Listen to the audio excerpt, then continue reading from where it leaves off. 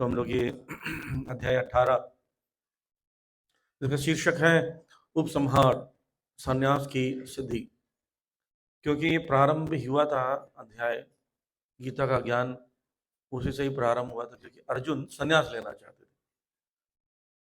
तो संन्यास की सिद्धि क्या है, व्हाट इज रियल संन्यास, उसके विषय में इस अध्याय में चर्चा हुआ है।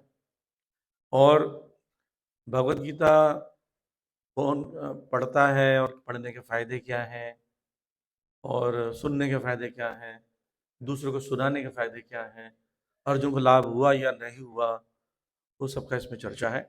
और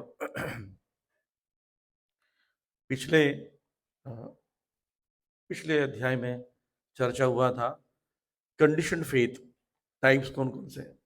मोड्स ऑफ मटेरियल नेचर में गुडनेस का, पैशन का और इग्नोरेंस का फेथ हमने देखा था। और सिम्टम्स क्या है, कैसे पता चलेगा कि कौन किस मोड में है, राइट।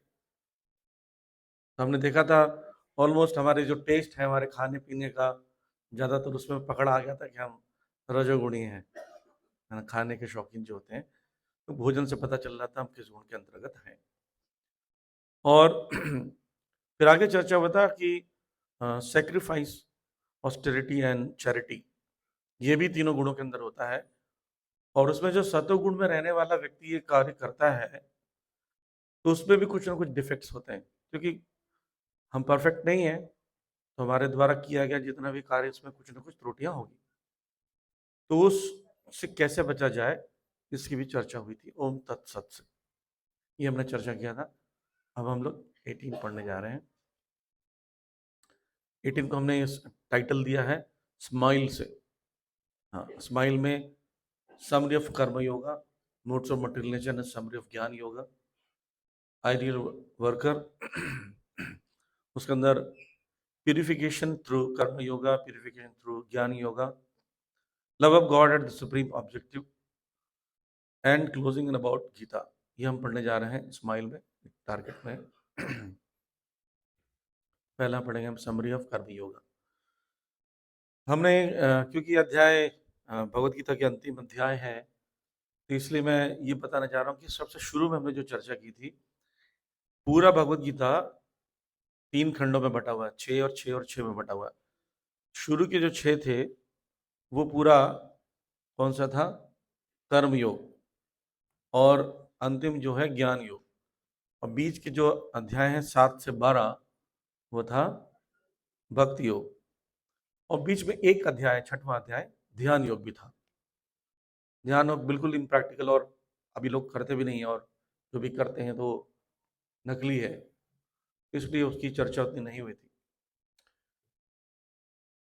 तो भगवान ने यहाँ पर 18वें अध्याय में समरी दे दी है कर्म योग का कुछ श्लोकों में, फिर ज्ञान योग को की समरी देंगे, फिर भक्ति योग की सुप्रीमेसी बताएंगे। आपने सुना होगा, जैसे कोई चीज सीक्रेट है, उसको बोलते हैं गुह्य, गुह्य कहते हैं संस्कृत में। तो गुह्य, गुह्यतर, गुह्यतमम, है ना। कोई चीज सीक्रेट है, उससे ज्यादा सीक्रेट या मोस्ट कॉन्फिडेंशियल, सबसे ज्यादा सीक्रेट इस अध्याय में बताने वाले हैं। हालांकि उन्होंने एक परम गुह्य ज्ञान अध्याय भी 9वां अध्याय बताया था, लेकिन यहाँ पर डायरेक्ट बताने जा रहे हैं, वहां पर इनडायरेक्ट बताया था कि मैं जो ज्ञान दे रहा हूँ वो ज्ञान गुह्य है। पर इस अध्याय में बताएंगे कि जो मैंने तुमको अभी एक लाइन में बताऊंगा कि परम चीज क्या है, टॉप मोस्ट चीज क्या है, वो इस अध्याय में बताने वाले हैं। हम पढ़ते हैं, अर्जुन त्याग और संन्यास के विषय में जानना चाहते थे कि त्याग क्या है और संन्यास क्या है। तो सम्यक रूपेण न्यास संन्यास कहते हैं। सम्यक रूपेण मतलब होता है पूरी तरह, पूर्णतः। तो यहाँ पर डेफिनेशन दिया है इसमें, त्याग मतलब कर्म फलों को त्याग देना, और संन्यास का मतलब कर्म और फल दोनों को ही त्याग देना। समझ रहे हैं? जैसे एग्जाम्पल से समझाता हूँ, एक रेस हो रहा है, दौड़ हो रही है। दौड़ में व्यक्ति क्या करता है, दौड़ता तो है पर उसका क्रेडिट दे देता किसी को, राइट। लेकिन दौड़ता अपने लिए, वो अचीव करने के लिए। और उसके फल वो किसी को दे देता है। और दूसरी तरफ संन्यास वाली स्थिति में क्या होता है, वो पहले से ही निर्णय ले चुका है कि मैं जब दौड़ूंगा और जिसको मुझे फर्स्ट लेकर पहुंचाना है उसको मैं आगे जाने दूंगा, उसके बाद मैं रुक जाऊंगा, उसको फर्स्ट आने दूंगा। तो उसे कर्म का भी त्याग कर दिया उसने, उस कर्म में जीतने की भावना नहीं रखी और फल तो पहले ही त्याग कर रखा। आप देखेंगे जो त्यागी होते हैं, संसार में त्यागी मिलेंगे आपको सोसाइटी में, जो त्याग तो कर रहे हैं पर कैसे कर रहे हैं, समाज पर बर्डन बन रहे हैं। आप देखते हैं बहुत सारे लोग आपके घरों में भिक्षा मांगने आते हैं, छोटा सा शंख लिए रहते हैं, लाओ बच्चा क्या है तुम्हारे पास। वो सब क्या होते हैं, त्यागी होते हैं। कर्म सन्यासी कहा जाता है उनको कभी कभी, यानी सिर्फ अपने कर्म को त्याग दिया लेकिन वो दूसरों के लिए कुछ नहीं करते हैं, या अपना जीवन जो है भौतिक जीवन में जो अर्जन करना है, कमाई करनी है, घर चलाना है, जिम्मेदारियां हैं, उसको त्याग दिया। तो ये इतना अप्रिशिएबल नहीं है, क्योंकि तो ये समाज पर बस बर्डन होते हैं। लेकिन दूसरे ज्ञान सन्यासी कौन होते हैं, जो कि जंगल में चले जाते हैं, वो समाज को भी त्याग दिया और समाज से कुछ लेना भी त्याग दिया, और वो जाकर जंगल में रह रहे हैं। पर ये दोनों में देखा जाए ध्यान से, दोनों सेल्फिश है। पहला वाला व्यक्ति भी समाज से ले रहा है और दूसरा व्यक्ति अपने ही कल्याण के बारे में सोच रहा है। पर एक तीसरा संन्यास होता है, वेद संन्यास या भक्ति संन्यास। वेद संन्यास भक्ति संन्यास का कार्य क्या है कि वो समाज से भौतिक जिम्मेदारियों को त्याग देता है लेकिन आध्यात्मिक जिम्मेदारियों को लेता है। सोसाइटी में उन सबको स्पिरिचुअल नॉलेज, ज्ञान देने के लिए अपना समय देता है, तो सोसाइटी में रहता है। तो ज्यादा कठिन है। देखिए जंगल में आप चले जाओ तो आपको कोई चीज सताएगी नहीं, बाहर के खाने की चीज, स्त्री पुरुष का आकर्षण, ये म्यूजिक, इंटरनेट, ये नहीं सताएगा। लेकिन इस सोसाइटी में रहकर ये सब, इसके बीच में त्यागी बनना या संन्यास लेना कठिन है। और समाज के कल्याण की, समाज में जितने लोग हैं उनका कल्याण हो, उन लोग जुड़ जाए, उन लोग स्पिरिचुअल हो जाए, इस कल्याण के लिए वो ऐसे रजोगुण स्थान में भी रहता है। तो उसको असली संन्यास कहते हैं, जो कि कर्म फल दोनों भगवान के लिए दे देता है। तो कर्म दो प्रकार के होते हैं, कर्म का हम डिस्कस कर रहे हैं। भगवान बोल रहे हैं कर्म दो प्रकार के हैं, एक नित्य कर्म, एक काम्य कर्म, दो प्रकार के। नित्य कर्म का मतलब होता है जो अपने दैनिक कर्म निर्धारित किया है। दैनिक का मतलब शौच क्रिया आदि नहीं, ये तो सब लोग कर रहे हैं, पशु भी करता है। जो एक ब्राह्मण करता है, यशस्त्र संध्यम, 3 संध्याएं होती है, 3 संध्याओं में गायत्री करता है, भगवान का नाम जपता है।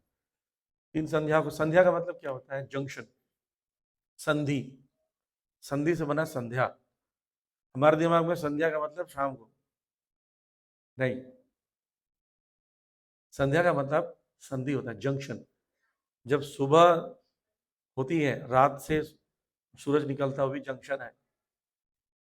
तो वो एक हो गया 6 बजे, ऑलमोस्ट बड़ा बड़ा, वो हर डे का जंक्शन पॉइंट पॉइंट रहता है।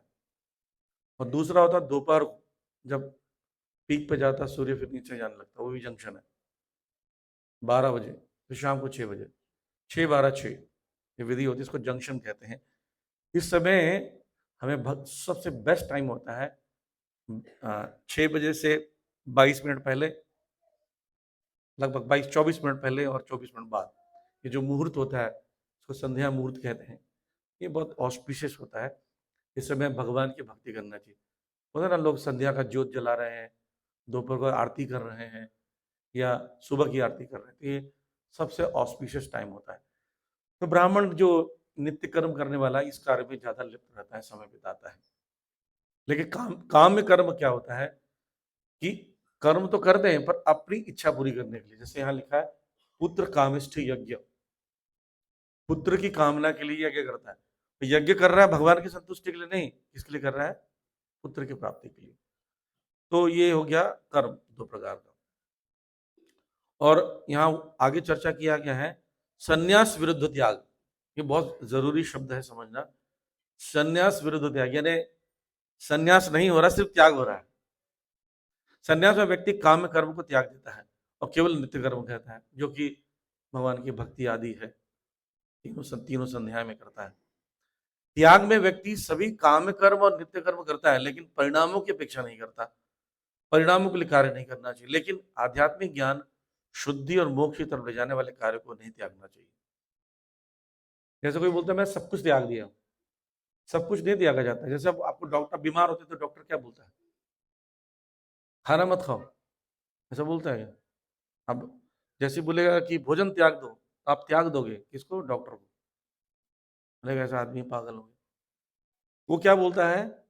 ये वस्तुएं आपके लिए खाद्य नहीं है, ये आपके हेल्थ के लिए जो बीमारी है उसके लिए ठीक नहीं, सुटेबल नहीं। आप उसको त्याग नहीं बोलते, बाकी सब खाओ। तो जो आवश्यक है, जिसकी आवश्यकता है शरीर में, तो उसको खाने के लिए बोलते हैं। सिमिलरली जो आपके ज्ञान की शुद्धि के लिए, जो भक्ति की तरफ, मोक्ष की तरफ ले जाने वाला कार्य है, उसको नहीं त्यागना चाहिए, नहीं तो क्या फायदा हुआ, ये बताया गया इसमें। ठीक। तो त्याग के बारे में दो मत है भगवत गीता में। भगवान बोल रहे हैं तीसरे श्लोक में, त्याजेयम दोषव अधिक्य। क्या सभी सकाम कर्मों को दोषपूर्ण मानकर त्याग देना चाहिए, क्योंकि यज्ञ कार्य में हिंसा संभव है। कभी कभी यज्ञ करते हैं तो उसमें अग्नि में जीव जंतु मरते हैं। कभी कभी यज्ञ का एक भाग होता है जिसको हम लोग क्रतु कहते हैं, है ना, उसमें बलि चढ़ाई जाती है। तो मैं भी वो क्लियर करना चाहता हूँ, यज्ञ में जो बलि चढ़ाते हैं वो मारने के लिए नहीं होता है, मंत्रों की शक्ति को पहचानने के लिए, मंत्र से कैसे मारा जाए, मंत्र से कैसे जीवित किया जाए। तो बूढ़ी गाय या बूढ़े घोड़े को लेकर आते हैं, उसको मंत्रों से मारते हैं और फिर अग्नि में डालते हैं। फिर उससे वो जवान यज्ञ से निकलता है गाय और अश्व। तो उसमें जीवन दान देने की शक्ति को तभी तो मार सकते हैं। पर इसका मतलब ये नहीं कि बलि चढ़ाकर उसी को खा जाए, ये विधि नहीं है यज्ञ में, राइट। तो बोल रहे हैं इसलिए कई लोग यही सोचकर त्याग देते हैं कि नहीं, हमें यज्ञ भी नहीं करना क्योंकि उसमें हिंसा होती है। और न त्याजमिति चापरे, यज्ञ दान तपस्या के कार्य को कभी नहीं त्यागना चाहिए। आगे के श्लोक में बताएंगे कि मनीषियों को भी पावनानी मनीषी नाम, ये ज्ञान, यज्ञ और तपस्या, ये तीन चीज है। ये मनीषियों को भी, मनीषी मतलब जो सब कुछ त्याग कर भक्ति कर रहे हैं या जंगल में रह रहे हैं, उनको भी शुद्ध करने वाला है। पावना नाम मनीषी नाम, इसका मतलब कोई ऐसा स्टेज नहीं है कि आप तीन चीजों त्याग दो, यज्ञ, दान और तपस्या। बोले हम ग्रस्त हैं या कोई सन्यासी है, नहीं, सभी स्टेज में आपको फॉलो करना पड़ेगा। ये वास्तव में त्याग माना जाए, ये असली त्याग, राइट। तो इसके विषय में भी चर्चा करेंगे। और हमने पिछले अध्याय पढ़ा था यज्ञ, दान और तपस्या कैसे है। त्याग तीन प्रकार का होता है, ठीक है। ये हम लोग देख सकते हैं, भगवत गीता के श्लोक में दिया हुआ, आपके पास अगर है तो। 7वें से 9वें में दिखाया गया है ना।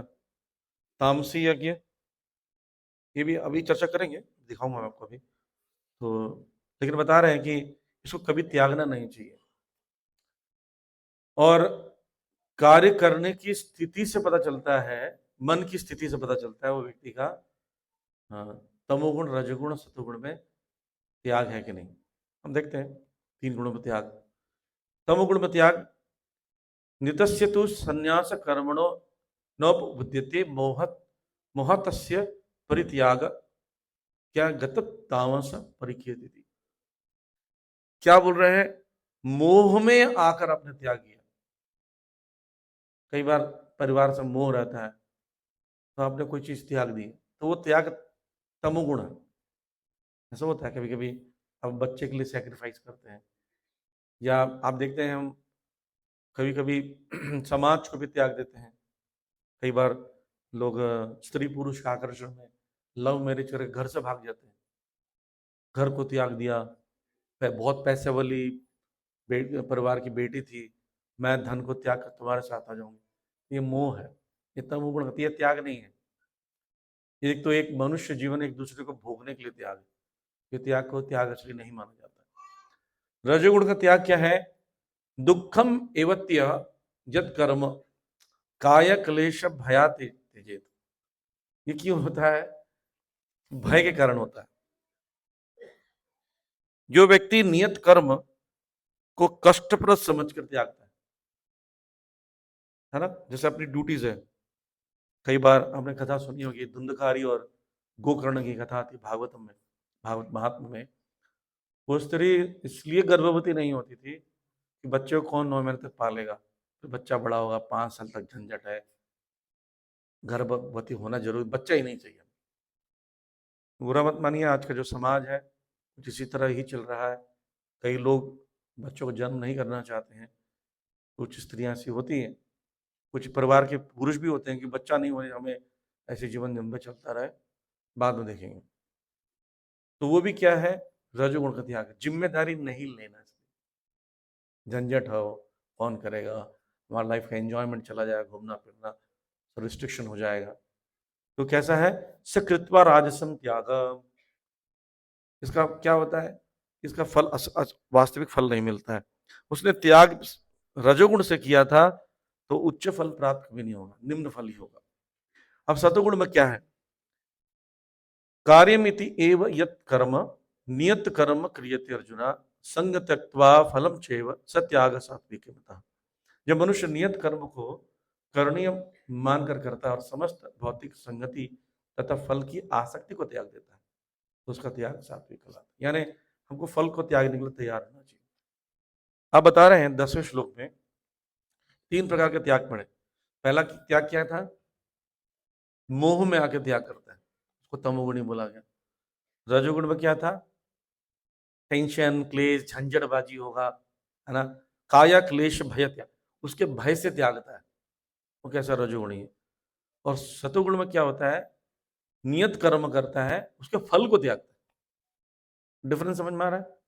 एक व्यक्ति मोह के कारण, दूसरा व्यक्ति झंझट भय क्लेश के कारण उसका भय से त्यागता है, और तीसरा व्यक्ति फल को त्यागता है, तो वो त्याग असली त्याग है। और बोलते हैं 10वें श्लोक में, सतो में स्थित बुद्धिमानी व्यक्ति जो ना तो अशुभ कर्म से घृणा करता है ना शुभ कर्म से लिप्त होता है, वो कर्म के विषय में संशय नहीं रखता। चलिए एक क्वेश्चन पूछते हैं आपसे, आप बताइए, अगर आप कहीं से जा रहे हैं, मोस्ट प्रोबेबली आप में से मांसाहारी कोई नहीं होगा, और होगा भी तो फिर भी समझने के लिए, आप कहीं से जा रहे हैं और एक मांस लटका हुआ बिलता कहीं दिखता है, तो कितने लोगों को देखकर घृणा सा फील होता है? हाथ खड़ा करो। ओके। कितने लोगों को कोई खास फीलिंग चेंज नहीं आता, बुरा नहीं लगता है? ओके। कितने लोगों को मजा आता है? भैया ऐसा कोई नहीं है, होगा भी तो हाथ नहीं खड़ा करे। घृणा जो है वो तमोगुण का लक्षण है, ठीक। और लटका हुआ मांस तमोगुण है, यानी आप तमोगुण आप ट्रांसफर कर लिए। लेकिन आना क्या चाहिए? दया। ओ देखो, इस बकरे को मार के लोग ने टांग दिया, ऐसा आना चाहिए। मुर्गे, आप मुर्गे के पोल्ट्री फार्म से कहीं जाते हैं, मुर्गे को वहां पर मांस काट रहे हैं, तो फील दया आना चाहिए, घृणा नहीं। घृणा नहीं आना चाहिए। घृणा आने का मतलब अभी भी हम लोग कहीं ना कहीं रजोगुण से तमोगुण से प्रभावित है, राइट। सतोगुण वाला व्यक्ति उसको देख के क्या सोचता है? वो जीव की हत्या कर रहे हैं, और खाने वाले देखो कितना ज्यादा अज्ञानता में खा रहा है। घृणा नहीं आना चाहिए, यही बता रहे हैं। वो ना तो पसंद करता किसी चीज को ज्यादा, आध्यात्मिक को छोड़कर भौतिक को, ना भौतिक चीज से घृणा करता है, तभी तो सतगुण में है, राइट। ये बताया गया। तो सच्चा त्यागी पता है, कर्म फल त्यागी सत्यागित अभिधीयते।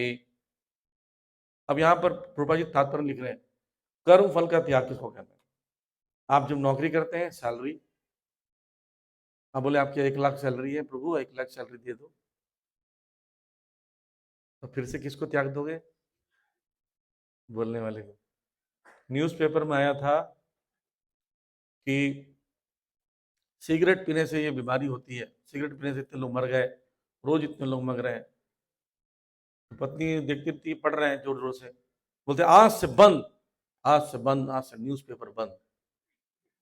सिगरेट बंद नहीं, क्योंकि वो अपने सेंस ग्रेटिफिकेशन को त्यागना नहीं चाहता, इसलिए न्यूज़पेपर ही बंद, ऐसी खबरें नहीं पढ़ूंगा, टेंशन हो जाता। तो ऐसा नहीं कि आप कमा रहे हैं तो 1 लाख कमा रहे तो 1 लाख सैलरी देना, नहीं।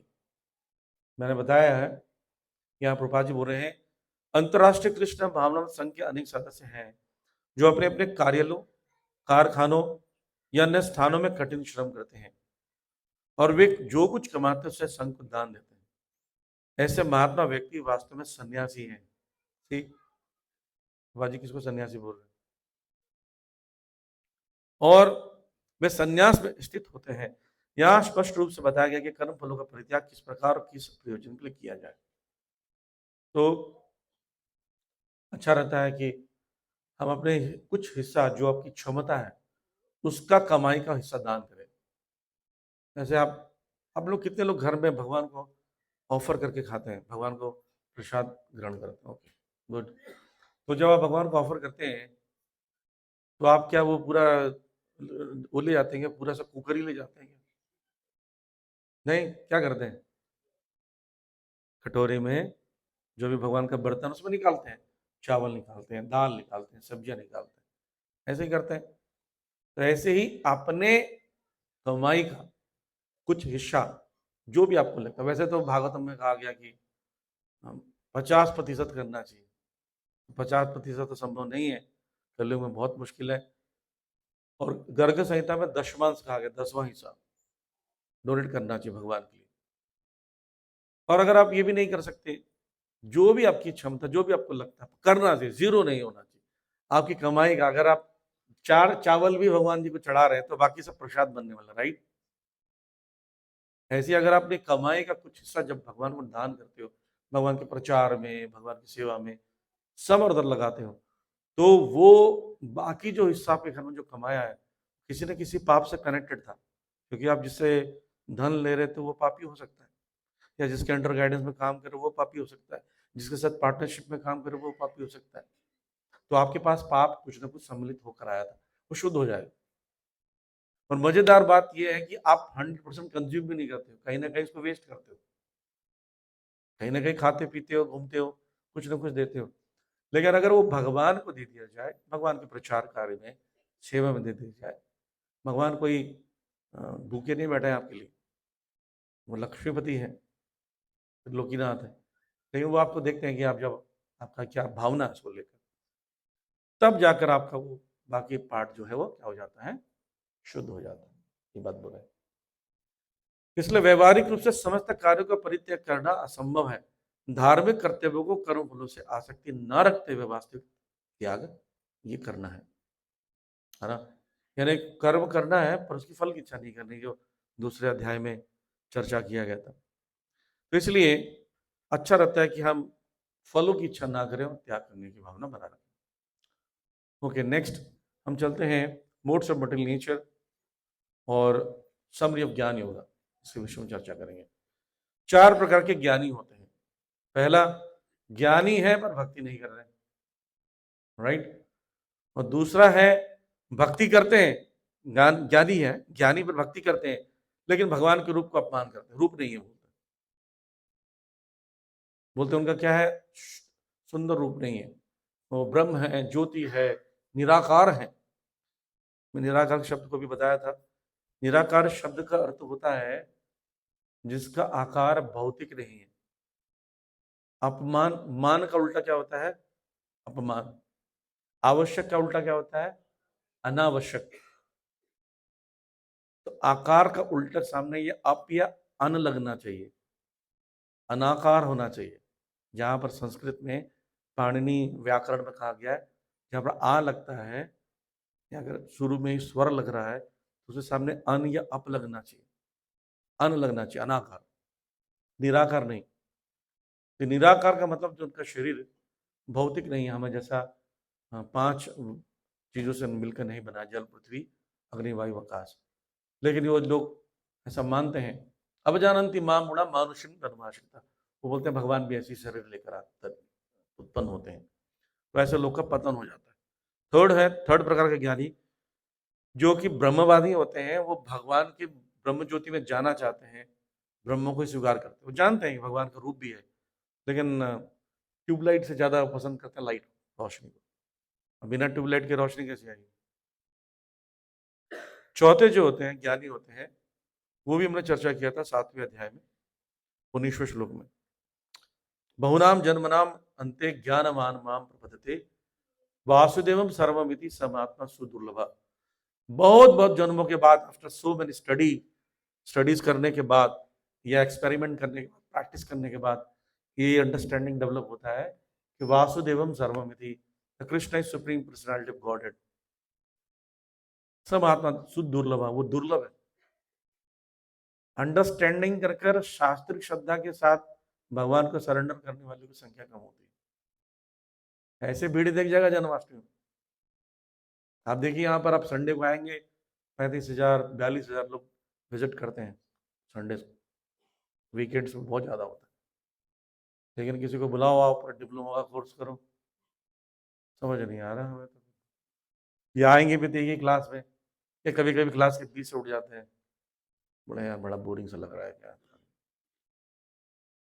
कुछ फिलोसफी बता रहे हैं, कुछ ड्रामा और डांस वांस हो जाए तो मजा आ जाए, हमें ये लगता है।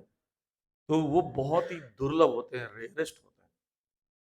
इसलिए भगवान बोले मनुष्य नाम सहस्रेषु कश्चित यदिति सिद्ध है, रेयरेस्ट होते हैं। तो चौथा व्यक्ति के लिए बेस्ट होता है, बेस्ट ज्ञानी होता है। तो 4 प्रकार की ज्ञानी, ज्ञानी है पर भक्ति नहीं करते हैं। दूसरा, भक्ति करते हैं पर भगवान को ब्रह्म ज्योति को मानते हैं। तीसरा, ब्रह्म ज्योति को मानते हैं लेकिन वो उसके अंदर में प्रवेश कर जाते हैं। चौथे होते हैं जो भक्ति भी करते हैं, भक्तों का संग भी करते हैं, ब्रह्म ज्योति चले गए।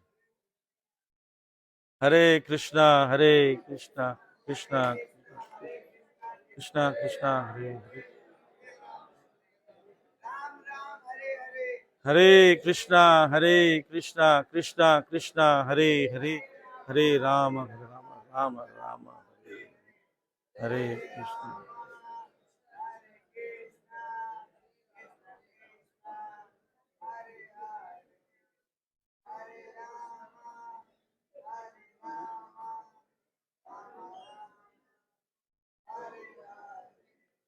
हरे कृष्णा कृष्णा कृष्णा हरे हरे, हरे राम राम राम हरे हरे, हरे कृष्णा कृष्णा कृष्णा हरे हरे, हरे राम राम राम हरे हरे, हरे कृष्ण। बोलो खाटू वाले श्याम बाबा की, हरे कृष्ण। एनीवे, तो हम लोग 4 प्रकार के पढ़े ज्ञानी। यहाँ पर अभी आने वाला है, प्रोजेक्टर ऑन हुआ तो 4 प्रकार के ज्ञानियों में हमने पढ़ा, पहला जो भक्ति नहीं करते हैं, दूसरा ब्रह्म ज्योति पे विश्वास रखते हैं, तीसरा ब्रह्म ज्योति में समा जाते हैं, और चौथे जो भगवान की भक्ति करते हैं और भक्तों का संग करते हैं, है ना। भगवान के भक्ति करने के साथ भक्तों का संग अनिवार्य है, ठीक है, और प्रेम को प्राप्त करते हैं। अब हम पढ़ते हैं आगे कि कोई भी कर्म करते हैं तो 5 फैक्टर्स होते हैं। अगर वो कर्म 5 फैक्टर में से एक भी फैक्टर नहीं है तो कर्म पूरा नहीं होगा, ठीक। 5 फैक्टर क्या है? अधिष्ठानम, यानी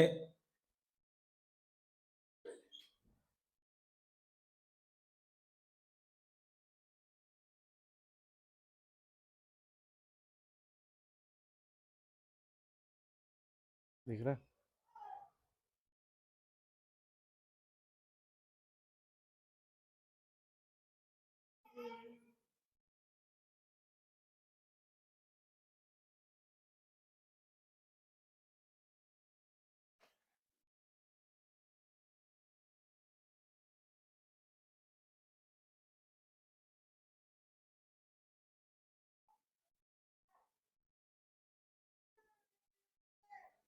हाँ। अधिष्ठानम, स्थान होना चाहिए जिसमें आप कर्म करने वाले हो। कर्ता, कार्यकर्ता जो करने वाला होना चाहिए। और कर्णम यानी इंद्रियां, सेंसेस, बिना सेंसेस के आप नहीं कर सकते। जैसे आंखें नहीं है तो देख नहीं सकते, देखना कर्म है। चेष्टा, प्रयास, बिना प्रयास के नहीं होता कोई कर्म। और दैवी का मतलब होता है भगवान या भाग की अनुमति, अनुमति होना जरूरी है।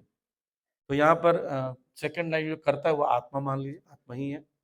स्थान होना चाहिए, जैसे आप एग्जाम्पल के लिए आप कुकिंग कर रहे हो, तो कुकिंग के लिए किचन स्थानम हो गया, कुकिंग करने वाला जो व्यक्ति वो करता हो गया। सेंसेस, हाथ, आंख, नाक, मुंह, कान, सेंसेस लगे हुए हैं उसमें, कर्णम हो गया। आप प्रयास किए, बिना प्रयास के वहां जा ही नहीं सकते थे करने के लिए, आपकी इच्छा नहीं होती तो बोलते आज बाहर खाएंगे, राइट, चेष्टा। और ये सब करने के लिए भाग्य और भगवान की अनुमति चाहिए। जैसे मैं भी बोल रहा था, लाइट चला गया, मेरी आवाज आप तक नहीं पहुंच रही, तो भगवान की इच्छा होगी, कृष्ण की कृपा होगी, या भाग्य की अनुमति होगी तो संभव है। तो ये 5 फैक्टर होना जरूरी, 5 घटक, ठीक है।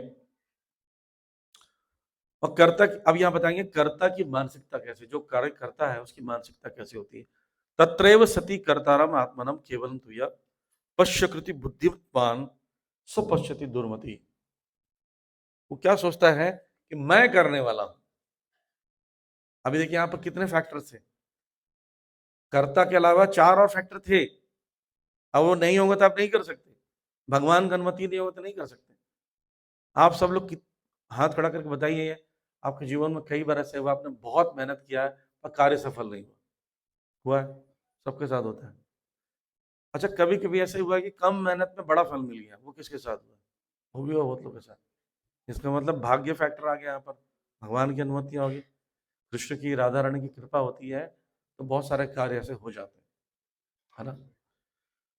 तो ये हो गया अकर्ता होने की मानसिकता। यस्याम नाहं कृतो भाव बुद्धिश्य लिप्यते हत्वा च ईमान लोकान हंति च न लिप्यते। यानी वो सोचता है कि मैंने करता नहीं हूं, भगवान मेरे पर कृपा की तो मैं कर लेता हूं। ये अकर्ता की भावना है, ठीक। अब हमने पढ़ा था ये कार्य के प्रेरक और घटक। एक कार्य को करने के लिए प्रेरणा भी चाहिए, प्रेरणा से चेष्टा करते हैं कोई भी चीज को। जैसे मान लीजिए आप कोई मूवी देख रहे हैं और बगल वाला व्यक्ति बोलता है कुछ खाओगे, ले आऊं। अब आपके मन में एक डिजायर डेवलप हुआ खाने का, तो उस व्यक्ति ने क्या बोला, खाने की बात की, अब तक दिमाग में था नहीं बात, उसको बोलते हैं प्रेरणा, ठीक। कौन कौन से प्रेरक होते हैं और घटक मतलब कौन कौन सी चीजें होती है जो इन्वॉल्व होती हैं कर्म करने में। ज्ञानम गे परिज्ञाता त्रिविधा कर्म चौदना कर्णम कर्म करते थी त्रिविधम कर्म संग्रह। तो कार्य के 3 प्रेरक है, ज्ञान, ज्ञेयम, परिज्ञाता। नॉलेज होना चाहिए, जिस चीज का नॉलेज ही नहीं, जैसे कि मान लीजिए जैसे कोई डिश है, जैसे जो उड़ीसा के हैं उनको छोड़कर कितने लोग जानते हैं काकरा? काकरा किसको कहते हैं? आप उड़ीसा के जानते हैं? कैसे जानते हैं? वेस्ट बंगाल के वहां कनेक्टेड होंगे। अब जिसको काकरा नहीं पता, किसको किसको काकरा नहीं पता, हाथ खड़ा करो, बताओ कैसा होता है? मीठा होता है, नमकीन होता है, खट्टा होता है? नहीं पता। ज्ञान होना जरूरी है, आपको प्रेरणा नहीं आएगी, राइट। लेकिन जैसे आपको खिला दिया जाए, एक बार टेस्ट कर लें, अब आपके दिमाग में उसका नॉलेज हो गया है, अब उसको देखते साथ ही मुंह में पानी आ सकता है। अगर वो चीज को खाने में आपको गंदा लगा है, घृणा आ सकता है। तो ज्ञान होना बहुत जरूरी है कार्य को करने के लिए, ताकि प्रेरणा मिले। ज्ञेयम, ज्ञान के विषय, विषय मतलब विषय वस्तु, जैसे जीवा के लिए टेस्ट, आंखों के लिए दृश्य, कान के लिए शब्द ध्वनि, स्किन के लिए स्पर्श। अगर ये भी नहीं होगा तो भी कैसे होगा? अगर मान लीजिए मैं एक फोटो रख दूं बस गुलाब जामुन का, तो आप उसको खाने की इच्छा रखोगे, बोले प्रभु दिखाओ मत, और दिमाग खराब हो रहा है। तो आपको छूने के लिए, खाने के लिए कुछ होना भी चाहिए, परिज्ञात है या ना, जानने वाला खुद भी होना चाहिए, खुद व्यक्ति भी होना चाहिए जिसको नॉलेज है, ये वो व्यक्ति भी होना चाहिए, ज्ञान भी होना चाहिए, ज्ञान का विषय वस्तु होना चाहिए, और जानने वाला व्यक्ति होना चाहिए, तीनों होना जरूरी है। जैसे मान लीजिए मैं जिसको काकरा खिलाना चाहता हूँ वो व्यक्ति यहाँ नहीं है, उसके बारे में चर्चा कर रहा हूँ, तो उसको कैसे मन करेगा खाने का? उसको भी होना अनिवार्य है। और 3 घटक क्या क्या है? कर्म, यानी कार्य, कार्य होने के लिए कार्य होना भी जरूरी है, एक्टिविटी। कर्णम अपनी इंद्रियां और कार्य करने वाला। तो इसके विषय में ही चर्चा आगे होने वाली है, हम उसकी चर्चा करेंगे। 3 गुणों के अनुसार ज्ञान कर्म और कर्ता 3 प्रकार के होते हैं, उनको सुनो। ज्ञान कर्म च कर्ता त्रिवेदम गुण भेदतम। ज्ञान सत्व गुण में ज्ञान कैसे होता है? जो सत्वगुणी ज्ञानी होता है वो क्या देखता है? सब में एक ही आत्मा है। आपको पता है ना, सबके अंदर एक ही प्रकार की आत्मा है, सबकी चेतनाएं अलग है, सोच अलग है। आत्मा एक ही है, फिर इंडिविजुअलिटी के कारण की सोच अलग अलग है। रजोगुण में क्या सोचता है? आत्मा अलग अलग है, पूर्ण ज्ञान नहीं है। और तमोगुण में क्या देखता है? वो आत्मा मानते ही नहीं है। जब हम वेस्ट में जाएंगे तो लोग, उन लोगों का कहना है कि मनुष्य के अंदर ही आत्मा है, गाय के अंदर नहीं है, पशुओं के अंदर नहीं है। तो उसको क्या कहते हैं? तमोगुण का ज्ञान। पूर्ण ज्ञान नहीं है, गलत ज्ञान है। वो बस इंद्र तृप्ति से मतलब उसको, मेरे काम की चीज कहाँ मिलेगी, मुझे एंजॉयमेंट करने के लिए कहाँ मिलेगा, उस ज्ञान को तमोगुण का ज्ञान कहते हैं। कर्म क्या है? सत्व गुण में प्रयास शास्त्र द्वारा नियमित होते हैं। जो भी एफर्ट्स करते हैं वो शास्त्र में लिखा है तो करेंगे, नहीं तो नहीं करेंगे। रजोगुण में इंद्रिय भोग की प्रबल इच्छा है, अनियमितता, कभी भी कुछ खा रहा है। आजकल देखेंगे भोजन कैसा है, अभी देखिए, आप सब छोटे थे तो आपके घरों में भोजन का टाइम होता था और सब लोग बैठ के भोजन करते थे। अब रजोगुण की मात्रा बढ़ गई है, खाने का कोई टाइम नहीं है, कोई कभी भी खा रहा है और कुछ भी खा रहा है। पहले घरों में सिंपल भोजन बनता था, कभी त्योहार, कुछ स्पेशल डेज पर स्पेशल डिशेस बनते थे, या कोई मेहमान आ गया था, नहीं तो नॉर्मल डेज में नॉर्मल फूड बनता है। लेकिन अभी क्या है, कभी भी खा रहे हैं, कुछ भी खा रहे हैं, जोमेटो से मंगा के खा रहे हैं। होटलों में खाने का नियम ही नहीं था। रजोगुण का काम है होटल में खाना, ये बाहर की चीजें खरीद के खाना, ये रजोगुण का काम है। सतोगुण वाला व्यक्ति घर में कुकिंग करके ठाकुर जी को ऑफर करके खाता है। तो ये अनियमितता और इंद्रिय भोग की इच्छा, रात को 12 बजे मुझे खाना है, ओ जोमेटो से मंगाओ, स्विगी से मंगाओ, तो भोजन क्या है? रजोगुण। ये भोजन, ये कर्म क्या क्या है? रजोगुण। तमोगुण का क्या? शास्त्र अवज्ञा, शास्त्र के विपरीत, जो लिखा शास्त्र के विपरीत ही कार्य करना है। भ्रम में क्या हुआ? कंफ्यूज होकर काम करना। हिंसा और दूसरे के विपत्ति के कारण ऐसा कर्म कर रहे, दूसरा बेचारा फंस गया, ऐसा काम करना, ये कर्म क्या है? तमोगुण का कर्म है। ठीक है, तो उसका मतलब आत्मा के विषय में सोचता है तो वो ज्ञान क्या है? सतगुण। और अपने ही भौतिक तर्क देखता है, अपने हिसाब से चलता है, इंडिपेंडेंट है, तो रजोगुण। और अपने शरीर को सुखी बनाने के लिए कर रहे तो तमोगुण। ठीक, जैसे उदाहरण देख रहे हैं, यहाँ पर उदाहरण सतोगुण का है। रजोगुण में फैक्ट्री में काम कर रहे हैं, तमोगुण में वो लोग गलत चीज सीखते हैं, पैसे के लिए, अपनी इंद्रिय तृप्ति के लिए लोगों को मारते हैं। ये हो गया तमोगुण के कर्म। कर्ता, करने वाला व्यक्ति, वो कैसा है? सतोगुण बिना मिथ्या अहंकार के साथ कार्य करता है, दृढ़ संकल्प, उत्साह, सफलता असफलता दोनों में स्थिर रहता है। कर्म करो फल की इच्छा मत करो का मतलब क्या है? यही है कि फल सही है गलत है। आपने तीर चला दिया, अब तीर गलत जगह लग गई मान लीजिए, आप टेंशन में आ गए। आपके हाथ में नहीं था तीर चलाने के बाद। ये अपने बच्चों को सिखाइए अपने घरों में कि जब आप एग्जाम्स की तैयारी करते हो तो अपनी बेस्ट एफर्ट लगाइए, एग्जाम देने के बाद टेंशन मत लीजिए। क्यों? अब आपके हाथ में नहीं है। आपके हाथ में कब तक था? जब तक आप एग्जाम पेपर लिख रहे थे, नहीं, वो भी पूर्णतः नहीं था, भगवान की इच्छा थी, लेकिन आप पेपर तक एग्जाम दे दिए हो, तो बोला अच्छा ठीक है बेटा, कोई बात नहीं, तुम्हारा रिजल्ट जो आएगा वी विल एक्सेप्ट। इससे बच्चा स्ट्रेस में नहीं आया। ज्यादातर बच्चों से ज्यादा माँ बाप स्ट्रेस में आ जाते हैं, नहीं, टेंशन हो जाता है, तू फेल हो गया तो देख लेना, तेरा 97 से नीचे आया तो देख लेना। मैंने लेकिन क्लास में बताया भी था, हमारे जमाने में किसी का सेकंड डिवीजन भी आ जाता, बड़ा 30 मार कहाँ होता था। हरे बोल, हरे कृष्णा, हरे कृष्णा, कृष्णा कृष्णा हरे हरे, हरे राम, राम राम हरे। ओके, तो ये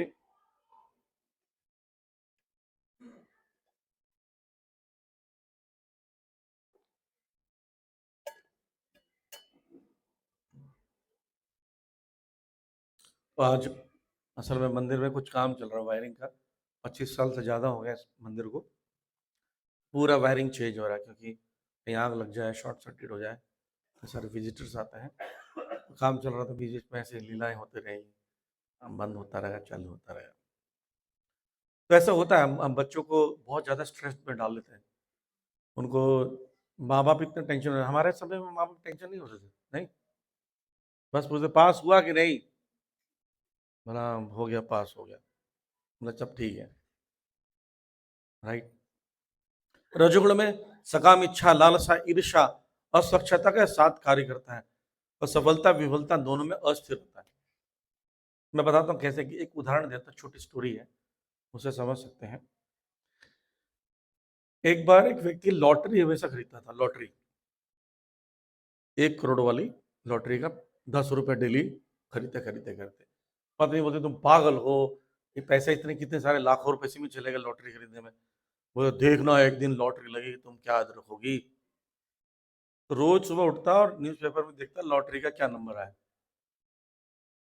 तो एक दिन सुबह उठता है, अपनी लॉटरी की टिकट लेकर आता है, देखता 1 2 3 4 5 6, 1 2 3 4 5 6, मेरी लॉटरी लग गई।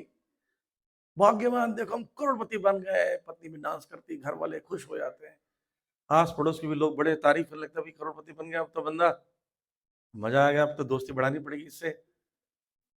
तो बोलते हैं चलो सब लेने चलते हैं, मोहल्ले वाले सब ट्रक में भर के जाते हैं और डीजे वीजे डांस करके जा रहे हैं, जाएंगे करोड़ों पे लेकर आएंगे। सब पहुंचते हैं और अपना टिकट निकाल के बोलते हैं लीजिए, मैं हूँ इस बार का विनर आज का, क्या सोचते हो आप। बोलता हाँ लाइए लाइए। तो देखते हैं हाँ सर, 1 2 3 4 5 एकदम सही है सर, लेकिन इसके सामने ना सीरीज लिखी हुई है, ए सीरीज, बी सीरीज, सर आपका जेड सीरीज है और A 1 2 3 4 5 6 लगा हुआ है। मतलब क्या तुम्हारा, बोलते तुम्हारी लॉटरी नहीं लगी, जिसके ए सीरीज वाले की लगी है, तुम्हारी तो जेड सीरीज की है। क्या, मेरी लॉटरी नहीं लगी। रोने लगता है और उसके जितने मित्र थे वो उल्टा पुल्टा गालियां देख रहे हैं, ठीक से नंबर देखता नहीं, इतना नचवा भी लिया रास्ते में। पत्नी बोलती तुम्हारा जिंदगी में कभी अच्छा नहीं हो सकता। और जो बेचारे डीजे वाले बोलते पैसा तो देगा नहीं, बेचारे सैड ट्यून बजाते वापस चले जाते हैं और बहुत दुखी रहता, रोता रोता घर आता है। अब ध्यान से सोचिए, जब उसको उसने पेपर में अपना मैच कराया था, तो क्या उसकी लॉटरी लग चुकी थी, पैसा आ गया था उसके पास, पैसा नहीं आया था। उसका एंजॉयमेंट किया कि नहीं उसने, डांस भी किया, क्या क्या किया, कितनी खुशी मनाई। और जो पैसा मिला नहीं, उसका दुख भी मना रहा, उसको तो मिला ही नहीं, उसका नंबर था ही नहीं। ऐसे हमारा इस संसार में पैसा सिर्फ कृष्ण का है, हमारा है ही नहीं। हम हमें खुश हो जाते हैं, कभी आ जाता है। जैसे सोचिए, प्रभुपा जी कहते हैं जैसे कैशियर है, बैंक में बैठा है, कोई 5 लाख जमा कर दो, 5 लाख मजा आ गया, ऐसे करता है क्या वो, पर्ची काटता है, बोली 5 लाख की पर्ची अंदर रख लेता है। और जब किसी को देना हो, वो 5 लाख निकालने आया, 5 लाख ये बर्बाद हो गए, 5 लाख, रोता है क्या वो, नहीं, डिटैच रहता है, बोलता मेरा है ही नहीं। ऐसे ही भगवान का भक्त जो उसके जीवन में धन आता है, बोलता ठाकुर जी ने मुझे संभालने के लिए दिया है। तो जब चला जाता तो क्या सोचता है, ठाकुर जी ले लिए, अपना पैसा निकाल लिया बैंक से, हम जस्ट कैशियर। राइट। रजोगुण व्यक्ति ना हमेशा सफलता सफलता पे इतना टेंशन हो जाता है, आसपास के लोगों को भी हालत खराब कर देता है। राइट।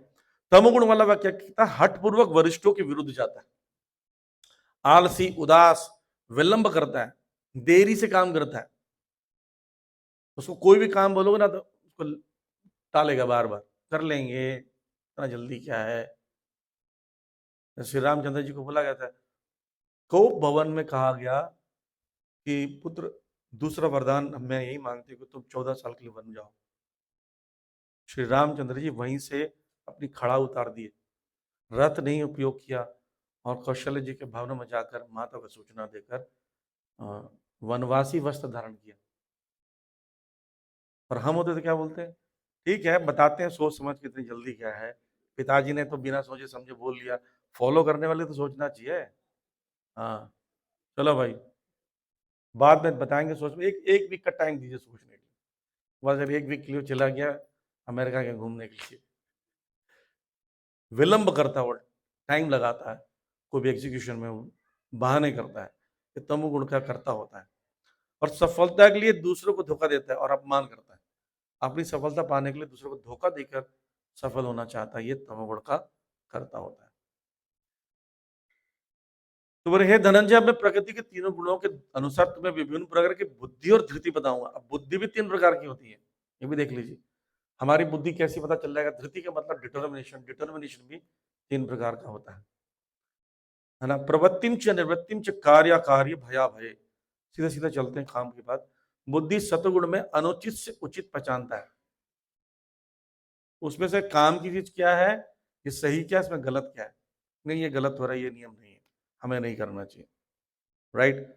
रजोगुण वाला व्यक्ति अनुचित से उचित नहीं पहचानता, पहचान नहीं पाता इसमें सही गलत क्या है, बोले गलत हो रहा देखा जाएगा, हमें भी थोड़ा बहुत करना चाहिए। जहां पर कुछ घोटाला हो रहा है, बोले थोड़ा हम भी कर जाते, इतने लोग तो कर ही रहे हैं। तमोगुण वाला अनुचित को उचित समझने की भूल करता है, वो गलत को ही सही समझता है, वो सोचता है यही सही है। ये तमोगुण की बुद्धि होती है, उसकी बुद्धि को समझ नहीं आता है कि चुनाव कैसे करें। जैसे नीर क्षीर विवेक जानते हैं ना, हंस का स्वभाव होता है। हंस क्या करता है, दूध और पानी मिला दें तो क्या करता है, अलग नहीं पीता है, दूध निकाल लेता है, पानी छोड़ देता है। ऐसा नहीं कि निकाल के अलग कर दे रहा है, ग्रहण कर लेता है। ऐसे सतुगुण वाला व्यक्ति कहीं पर कुछ गलत हो रहा हो, उसमें से बेस्ट पार्ट क्या, किसी व्यक्ति के अंदर बेस्ट चीज क्या है, अच्छी क्वालिटीज क्या है, गुण क्या है, उसको हवा देता है, उसको फैनिंग करता है। रजगुण वाला पहचान ही नहीं पाता है, और तमोगुण वाला उल्टा ही काम करता है, सीधा उल्टा, राइट। ये समझ गया बुद्धि कैसी है। अब धृति देखिए, धृति सतुगुण वाला व्यक्ति इंद्रिय नियंत्रण द्वारा मोक्ष प्राप्त करने के लिए अटूट दृढ़ संकल्प होता है। मुझे गलत नहीं करना है, चाहे मुझे कोई देख रहा है या नहीं देख रहा है। इसलिए देखिए, अभी जितने भी ये धर्मध्वजी इतने गाने वाने वाले प्रवचन देने वाले देखोगे ना, तो उनको सुबह 4 बजे चले जाइए इनके आश्रम में, इनके घर पर। चेक करने का तरीका बेस्ट, किसी भी व्यक्ति को पहचानना है ना भगवान का कितना बड़ा भक्त है, सुबह 4 बजे जाइए ब्राह्म मुहूर्त में, वो क्या कर रहा है। अगर वो सो रहा है तो भक्त है ही नहीं, नहीं हो सकता भक्त। भक्ति करने के लिए सबसे अच्छा समय ब्राह्म मुहूर्त होता है, और समय कोई भक्ति नहीं, वो सो रहा है। शाम को तो सज धज के तिलक लगा के गाने वाले बहुत मिलेंगे आपको, बहुत सारे मिलेंगे, बहुत सारे टीवी चैनल, बहुत सारे सभाएं बन रही हैं। अब यहाँ मंदिर में आके देखिए, यहाँ पर हम सब 500-600 लोग सुबह 4:30 बजे की मंगल आरती अटेंड करते हैं, वो 3 बजे जग जाते हैं भक्त, अपनी माला करते रहते। तो ये लोग के अंदर है धृति, ये दृढ़ संकल्प है कि मुझे भगवान को खुश करना है, मोक्ष की प्राप्ति करनी है, भक्ति कर कर उन्नति करनी है। तो शास्त्रों के अनुसार इंद्रियों को संयम रखता है, सोच समझ के भोजन करता है, सोच समझ के निद्रा लेता है, इतनी आवश्यक उतना ही सोता है, ज्यादा नहीं। रजोगुण वाला व्यक्ति का दृढ़ संकल्प क्या है, इंद्रिय भोग, आर्थिक विकास, धार्म सांसारिक धार्मिकता को प्राप्त करने के लिए अटूट दृढ़ संकल्प। उसको BMW खरीदना है ना, उसके लिए प्राण लगा देगा, जान लगा देगा, कुछ भी हो जाए। मेरे जीवन का लक्ष्य है, मुझे अमेरिका में रहना है, सेटल होना है, मुझे एक गाड़ी चाहिए, मुझे ऐसा बंगला चाहिए। क्या करोगे भाई, कहाँ सोओगे, 6x3 में सोओगे, उससे ज्यादा कितना सोओगे। लेकिन उसके लिए खूब मेहनत करता है, उसके लिए कोई उसका दृढ़ संकल्प को मिटा नहीं सकता। तो वो रजोगुणी है। कोई बोले जी हम तो ऐसी हैं, तो आप रजोगुणी हो सर, आप जैसे भी हो रजोगुणी हो। आर्थिक विकास, पैसा के लिए।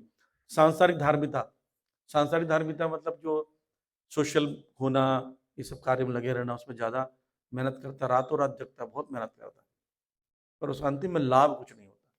तमोगुण स्वप्न से परे जा ही नहीं सकता, वो तो बस ड्रीमिंग करता है, टोटली ड्रीम में रहता है, तो उसका कोई संकल्प ही नहीं। याद रखना, भगवान संकल्प से बड़े खुश होते हैं जो भगवान के लिए किए जाते हैं, प्रयास किए जाते हैं। तो इसलिए मोक्ष के लिए जो दृढ़ संकल्प होता है वो महान है। हे भरतश्रेष्ठ, तुम मुझसे 3 प्रकार के सुखों के बारे में सुनो। 3 प्रकार का सुख होता है। आप खुश हो रहे हैं तो किस चीज के लिए खुश हो रहे हैं, वो खुश सुख भी देखना पड़ेगा। सुखत्युदानी त्रिविधम शुरू में भरतश्रेष्ठ, सतगुण में सुख, रजोगुण में सुख और तमोगुण में सुख। सतगुण का सुख जो होता है, पहले विष बाद में अमृत।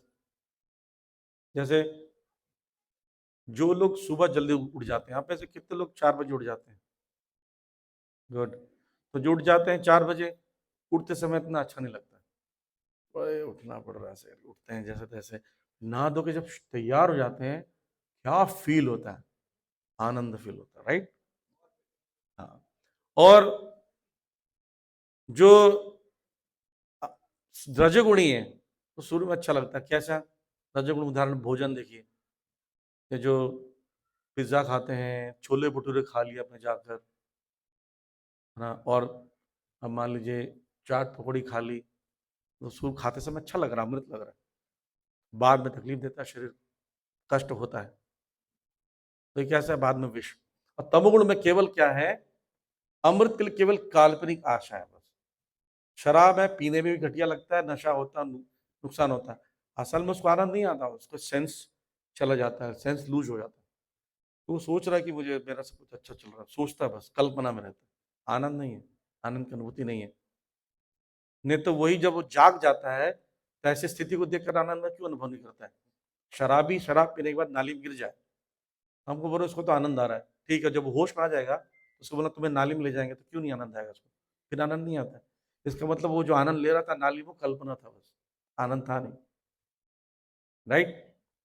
ये इससे अंत तक, शुरुआत से अंत तक विष ही रहता है, नशा और नींद से उत्पन्न होता है। ठीक है, तो गुणों के प्रभाव का सारांश यही है, तो गुणों के प्रभाव में जो रखकर कर्म करता है, उसको अलग अलग स्तरों पर करना पड़ता है। अब हम बताएंगे कि गुणों का प्रभाव मनुष्य पर कैसे पड़ता है, जिसके मनुष्य के प्रभाव पड़ने पर वो व्यक्ति की जाति गिनी जाती है। ये जात जो बोलते हैं ना, जात बनता, ब्राह्मण क्षत्रिय वैश्य शूद्र बनते हैं, ये जन्म से नहीं होते, जन्म से नहीं होते। जन्मना जायते शूद्र, जन्म से हर व्यक्ति शूद्र है। शूद्र का मतलब अज्ञानी। संस्कार भवित द्विज, जैसी आप ट्रेनिंग दोगे वैसी बनेगा, राइट? जैसे एग्जाम्पल के लिए, डॉक्टर के घर में डॉक्टर नहीं पैदा होता है, बच्चा पैदा होता है, और डॉक्टर का कोई नॉलेज नहीं होता है एमबीबीएस में। माँ बाप अगर डॉक्टर हैं तो हो सकता है थोड़ा थोड़ा बचपन से नॉलेज देंगे, still he has to learn. College में जाएगा, कोर्स करेगा, डिग्री करेगा, तब जाके वो भगवान का, सॉरी, तब जाके वो डॉक्टर बन पाएगा, राइट? सिमिलरली कोई जन्म लिया है, जन्म से थोड़ी ब्राह्मण बन जाएगा। माँ बाप उसको जब ब्राह्मण की ट्रेनिंग देखते हैं, साफ सुथरा रहना, यजन याजन पठन पाठन दान तितिक्षुवा। हमने हमने ब्राह्मण के परिवार में जन्म लिया है, क्या करते हो जी? बियर पीते हैं। आप ब्राह्मण नहीं हो सर, आप शूद्र हो, शूद्र शराब पीता है, राइट? तो इसलिए आप गुणों के आधार पर बताएंगे कि कोई व्यक्ति किस गुण में है तो क्या करता है। तो यहाँ पर आदर्शकर्ता के विषय में बता रहे हैं। ब्राह्मण का गुण क्या है? शमो दम तपस्या, शांत आत्मनियंत्रित पवित्र तपस्वी शुद्ध सहनशील सत्यशील ज्ञानी बुद्धिमान धार्मिक होकर काम करता है। अगर कोई बोलता है मैं ब्राह्मण हूं, तो बोला सर आपके 9 गुण गिना दीजिए, ये 9 गुण बता रहे हैं आपके अंदर है।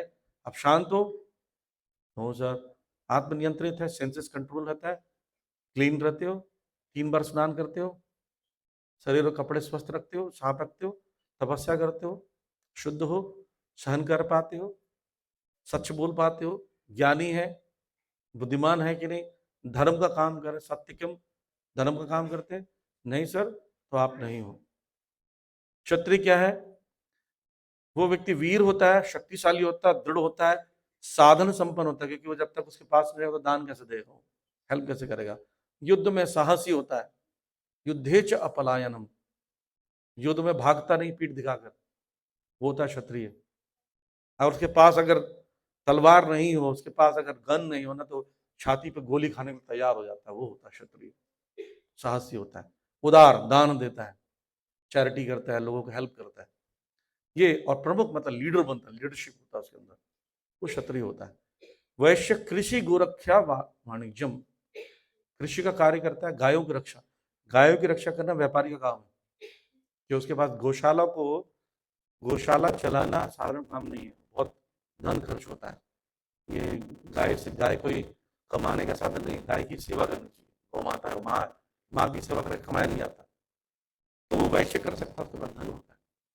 आप जाएंगे राजस्थान में, चूरू नाम का डिस्ट्रिक्ट है, वहां पर एक बहुत बड़ी गौशाला बनवा के आप, हजारों गाय हैं वहां पर। पता क्या नहीं, एक दिन का 20,000 रुपया चल आता है मिनिमम, मिनिमम नॉर्मल फूड। तो हर व्यापारी ने अपने डे फिक्स कर लिया, हम लेंगे एक दिन का, हम देंगे एक एक दिन का 20,000 रुपये देते हैं, गाय की रक्षा होती है, तो वो आसानी से कर सकते हैं कृषि करना और व्यापार। शूद्र तीनों श्रेणियों की सेवा करता है, तीनों श्रेणियों की सेवा करने से निकृष्ट नहीं है, ये नहीं करेगा तो वो नहीं चलेंगे। जैसे पैर है, पैर को शूद्र से तुलना की गई, हाथ को क्षत्रियों से, पेट को वैश्य से, और सिर को ब्राह्मण से। ब्राह्मण जैसे ब्रेन सोचता है, ब्राह्मण ज्ञान देता है, क्षत्रिय आपको कोई धक्का देना, आप हाथ से रोकोगे, हाथ से ही जमीन को रक्षा करने के लिए हाथ आगे आता है, कोई मारता तो ऐसा करते हैं। पैर बहुत मुश्किल से उठता है पैर, लेकिन भार संभालता पूरे शरीर का। लेकिन पैर नहीं होगा तो तीनों वर्ण नहीं चल पाएंगे। शूद्र भी उतना जरूरी है, और तीनों की सेवा करता है, सेवा की भावना से। और वैश्य उसको भोजन देता है, व्यवस्था करता है, अन्न देता है, क्षत्रिय उसकी रक्षा करता है, ब्राह्मण उसको बुद्धि देता है। तो ये अलग अलग गुणों के कारण होता है। ब्राह्मण में सतोगुण होता है, क्षत्रिय में रजोगुण होता है, वैश्य में सतोगुण, रजोगुण, तमोगुण होता है, और शूद्र में तमोगुण होता है।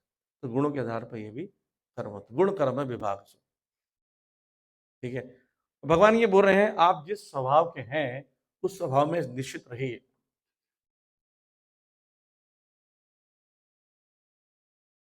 क्या होता है, कभी कभी ब्राह्मण क्षत्रिय का कार्य करे, क्षत्रिय ब्राह्मण का कार्य करे, ठीक नहीं है, अनलेस अंटिल एब्सोल्यूट नेसेसिटी हो उसकी आ जाए। जैसे परशुराम जी थे, परशुराम कौन से परिवार में जन्म लिए थे, ब्राह्मण का कर्म भी कर रहे थे, लेकिन उनको क्षत्रिय इतने कैपेबल नहीं थे, उन्हें 12 पीढ़ियों का नाश कर दिया। हालांकि भगवान है अपने परशु से, उनका नाम राम था लेकिन परशु चलाते थे, इसलिए परशुराम था। विश्वामित्र जी राजा थे, लेकिन उनकी आवश्यकता थी जब बाद में वो ब्राह्मण बने। तो आप कर्म करके बन सकते हैं और गुण अर्जित करके बन सकते हैं, राइट। इसलिए कोई ऐसा नहीं कि कोई टीचर के घर डॉक्टर नहीं बन सकता, बन सकता है, अगर वो तैयारी करे, पढ़ाई करे, बन सकता है। हम देखते हैं कई रिक्शे वाले के बच्चे जो हैं आईएएस ऑफिसर बन जाते हैं, पढ़ेगा तो बन सकता है। ठीक, चार वर्णम ब्रह्मण क्षत्रियाम विषाम शूद्राणाम च परंतपा कर्माणि परिभक्तानि स्वभाव प्रभवे गुणे। यानी चार वर्ण के हिसाब से ही गुणों के हिसाब से चार कर्म बनते हैं। ठीक, तो भगवान बोल रहे हैं कि आपका जो स्वकर्मणा तमवश्य सिद्धि वदंती मानवा, यानी कि आप अपने कर्तव्य का पालन करके भी पूर्ण बन सकते हो। ऐसा नहीं कि ब्राह्मण ही भगवान की भक्ति कर सकता, नो, ऐसा कहीं नहीं लिखा है। जो आप जिस स्थिति में हैं, टीचर हैं, आपका खुद का शॉप है, या आप साइकिल में पंचर बनाते हैं, ऑटो चलाते हैं, बिजनेसमैन हैं, करोड़पति हैं, हाउस वाइफ हैं, बच्चे हैं, बूढ़े हैं, वट एवर यू आर, आप क्या कर सकते हो, भगवान की भक्ति हर कोई व्यक्ति कर सकता है। भगवान की भक्ति के लिए कोई रिस्ट्रिक्शन नहीं है, छूट है। क्यों? भगवान ये नहीं देखते आपका कर्म क्या, भगवान देखते हैं मेरे प्रति भक्ति क्या कर रहा है। इसलिए अपने नियत कर्म को नहीं त्याग कर भगवान की भक्ति के लिए लिप्त रहना पड़ता है। शयान स्वधर्मो विगुणा धर्मास्त अनुष्ठितात, ये बोला कि अपना कर्म, आप जिस धर्म में हैं और जिस कर्म करने की कैपेबिलिटी है उसको मत त्यागो, उसको त्याग कर अभी कभी सफल नहीं होंगे। स्वभाव नियतम कर्म कुर्वन्ति आपनोति कल्पिशम, आपका कर्म त्रुटिपूर्ण क्यों ना हो, दोषपूर्ण क्यों ना हो, उसे छोड़ना नहीं चाहिए।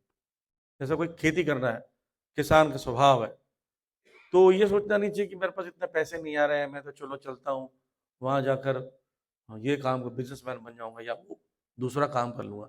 उससे क्या होगा ना, वो उन्नति नहीं होगा, क्योंकि उसका स्वभाव वही है। ये बात क्यों बोल रहे हैं? अर्जुन कैसे हैं? क्षत्रिय स्वभाव के हैं और ब्राह्मण का कार्य करने जा रहे हैं। मतलब तुम स्वभाव के विपरीत जा ही नहीं पाओगे, तुमको युद्ध करना पड़ेगा। तुम्हारे सामने मारने आएगा, तुम मारोगे, तुम युद्ध करोगे। ठीक है। अब बता रहे हैं ब्रह्म की स्थिति, ये गोपनीय ज्ञान बता रहे हैं, यानी सीक्रेट नॉलेज है। क्या बता रहे हैं? कि ज्ञान योग के माध्यम से प्रतिक्रिया मुक्त कार्य करता है, यानी ज्ञान के माध्यम से वो जितनी भी क्रियाएं वो करता है और से ब्रह्म स्थिति तक पहुंचता है। ब्रह्म स्थिति से पहुंचकर व्यक्ति शुद्ध पहुंच सकता है। जैसे एग्जाम्पल बताता हूं, मान लीजिए आपको ऑपरेशन थिएटर में जाना है, तो अब किसी की सर्जरी करनी है। सर्जरी करने के लिए आपको क्या चाहिए? नहीं नहीं, इंस्ट्रूमेंट में आपको दूंगा तो किसी की जान ले लोगे आप।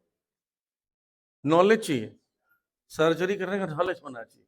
आपको नॉलेज ही नहीं, कैसे सर्जरी करोगे? ठीक है, ज्ञानम हो गया, ज्ञान योग, राइट। और सेकंड चीज क्या है? क्लीन भी होना चाहिए वो। अगर वो गंदा है, उसका नॉलेज है और गंदा है, तो वो नुकसान कर सकता है, इन्फेक्शन हो जाएगा पेशेंट को। शुद्ध होना चाहिए।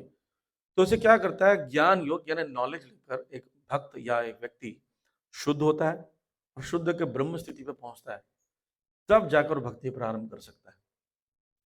लेकिन डायरेक्ट भी भक्ति किया जा सकता है। भक्ति ना दोनों ऑन प्रोसेस है। जैसे कभी कभी होता है ना, इमरजेंसी में किसी का एक्सीडेंट हो गया, आप बोलोगे भाई इस समय मैं पूरा नहाऊंगा, पीपी किट पहनूंगा, सैनिटाइज करूंगा, तो बहुत टाइम लग जाता है। कभी कभी इमरजेंसी में सर्जरी करनी पड़ती है।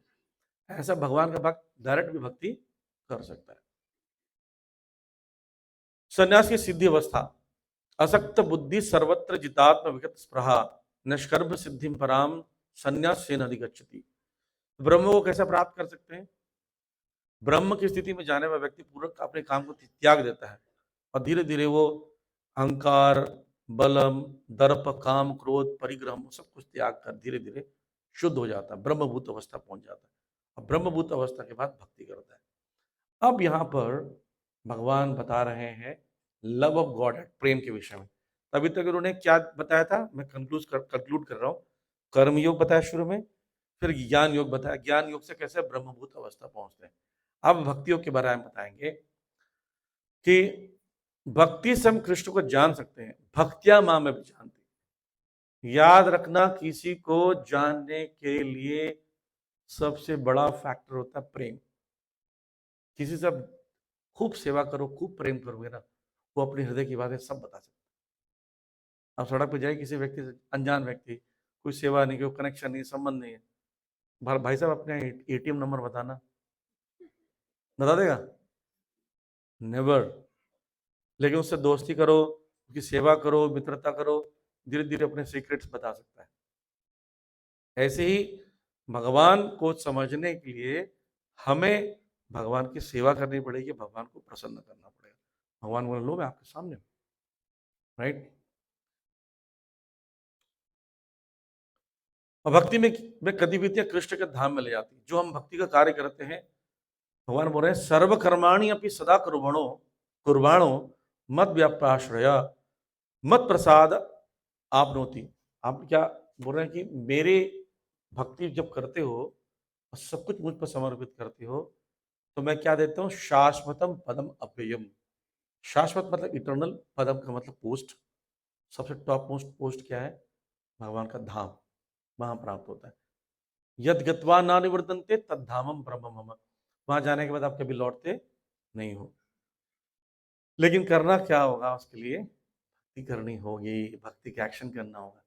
जैसे आप आईआईटी में एडमिशन लेना चाहते हो, या ये एडमिशन लेना चाहते हो, या किसी बहुत ऊंचे पोस्ट में जाना चाहते, आईएएस ऑफिसर बनना चाहते हो, तो आप क्या सोचते रहोगे? आप रजाई में आराम से सो रहे हो, कोई आके बोले भाई साहब ये लो आपकी डिग्री, आप कहाँ थे अब तक? ऐसा होता है क्या? आपको उतना मेहनत करना पड़ता है। ऐसे भगवान को प्रसन्न करने के लिए, भगवान को क्या पसंद है वो कार्य करने से भगवान प्रसन्न हो जाएंगे, मेहनत करना पड़ेगा। मत चिता सर्व दुर्गाणी मत प्रसाद तत् अरिष्यति। बोलते हैं कृष्ण भावना में कार्य करने का परिणाम क्या होता है? समस्त दुर्गाणी मतलब कष्टों से मुक्त हो जाता है। आपने सुना होगा कि नो पेन नो गेन, सुना है ना? इसका हिंदी में पता क्या है? बिना कष्ट के कृष्ण नहीं मिलते, ये कहावत है। तो कष्ट लेना पड़ेगा, ठाकुर जी के लिए कष्ट लोगे तब ठाकुर जी अपने घर में एंट्री करेंगे, नहीं तो नहीं। ठीक। और कृष्ण का अनुसरण ना करने के परिणाम, भगवान बोल रहे हैं मैं जो बता रहा हूं वो नहीं पालन करोगे तो क्या होगा, देखिए क्या बोलते हैं। अतः चेत्व अहंकारान श्रोयसी विनक्षसी, उसका विनाश होगा, मेरी बात नहीं मानोगे।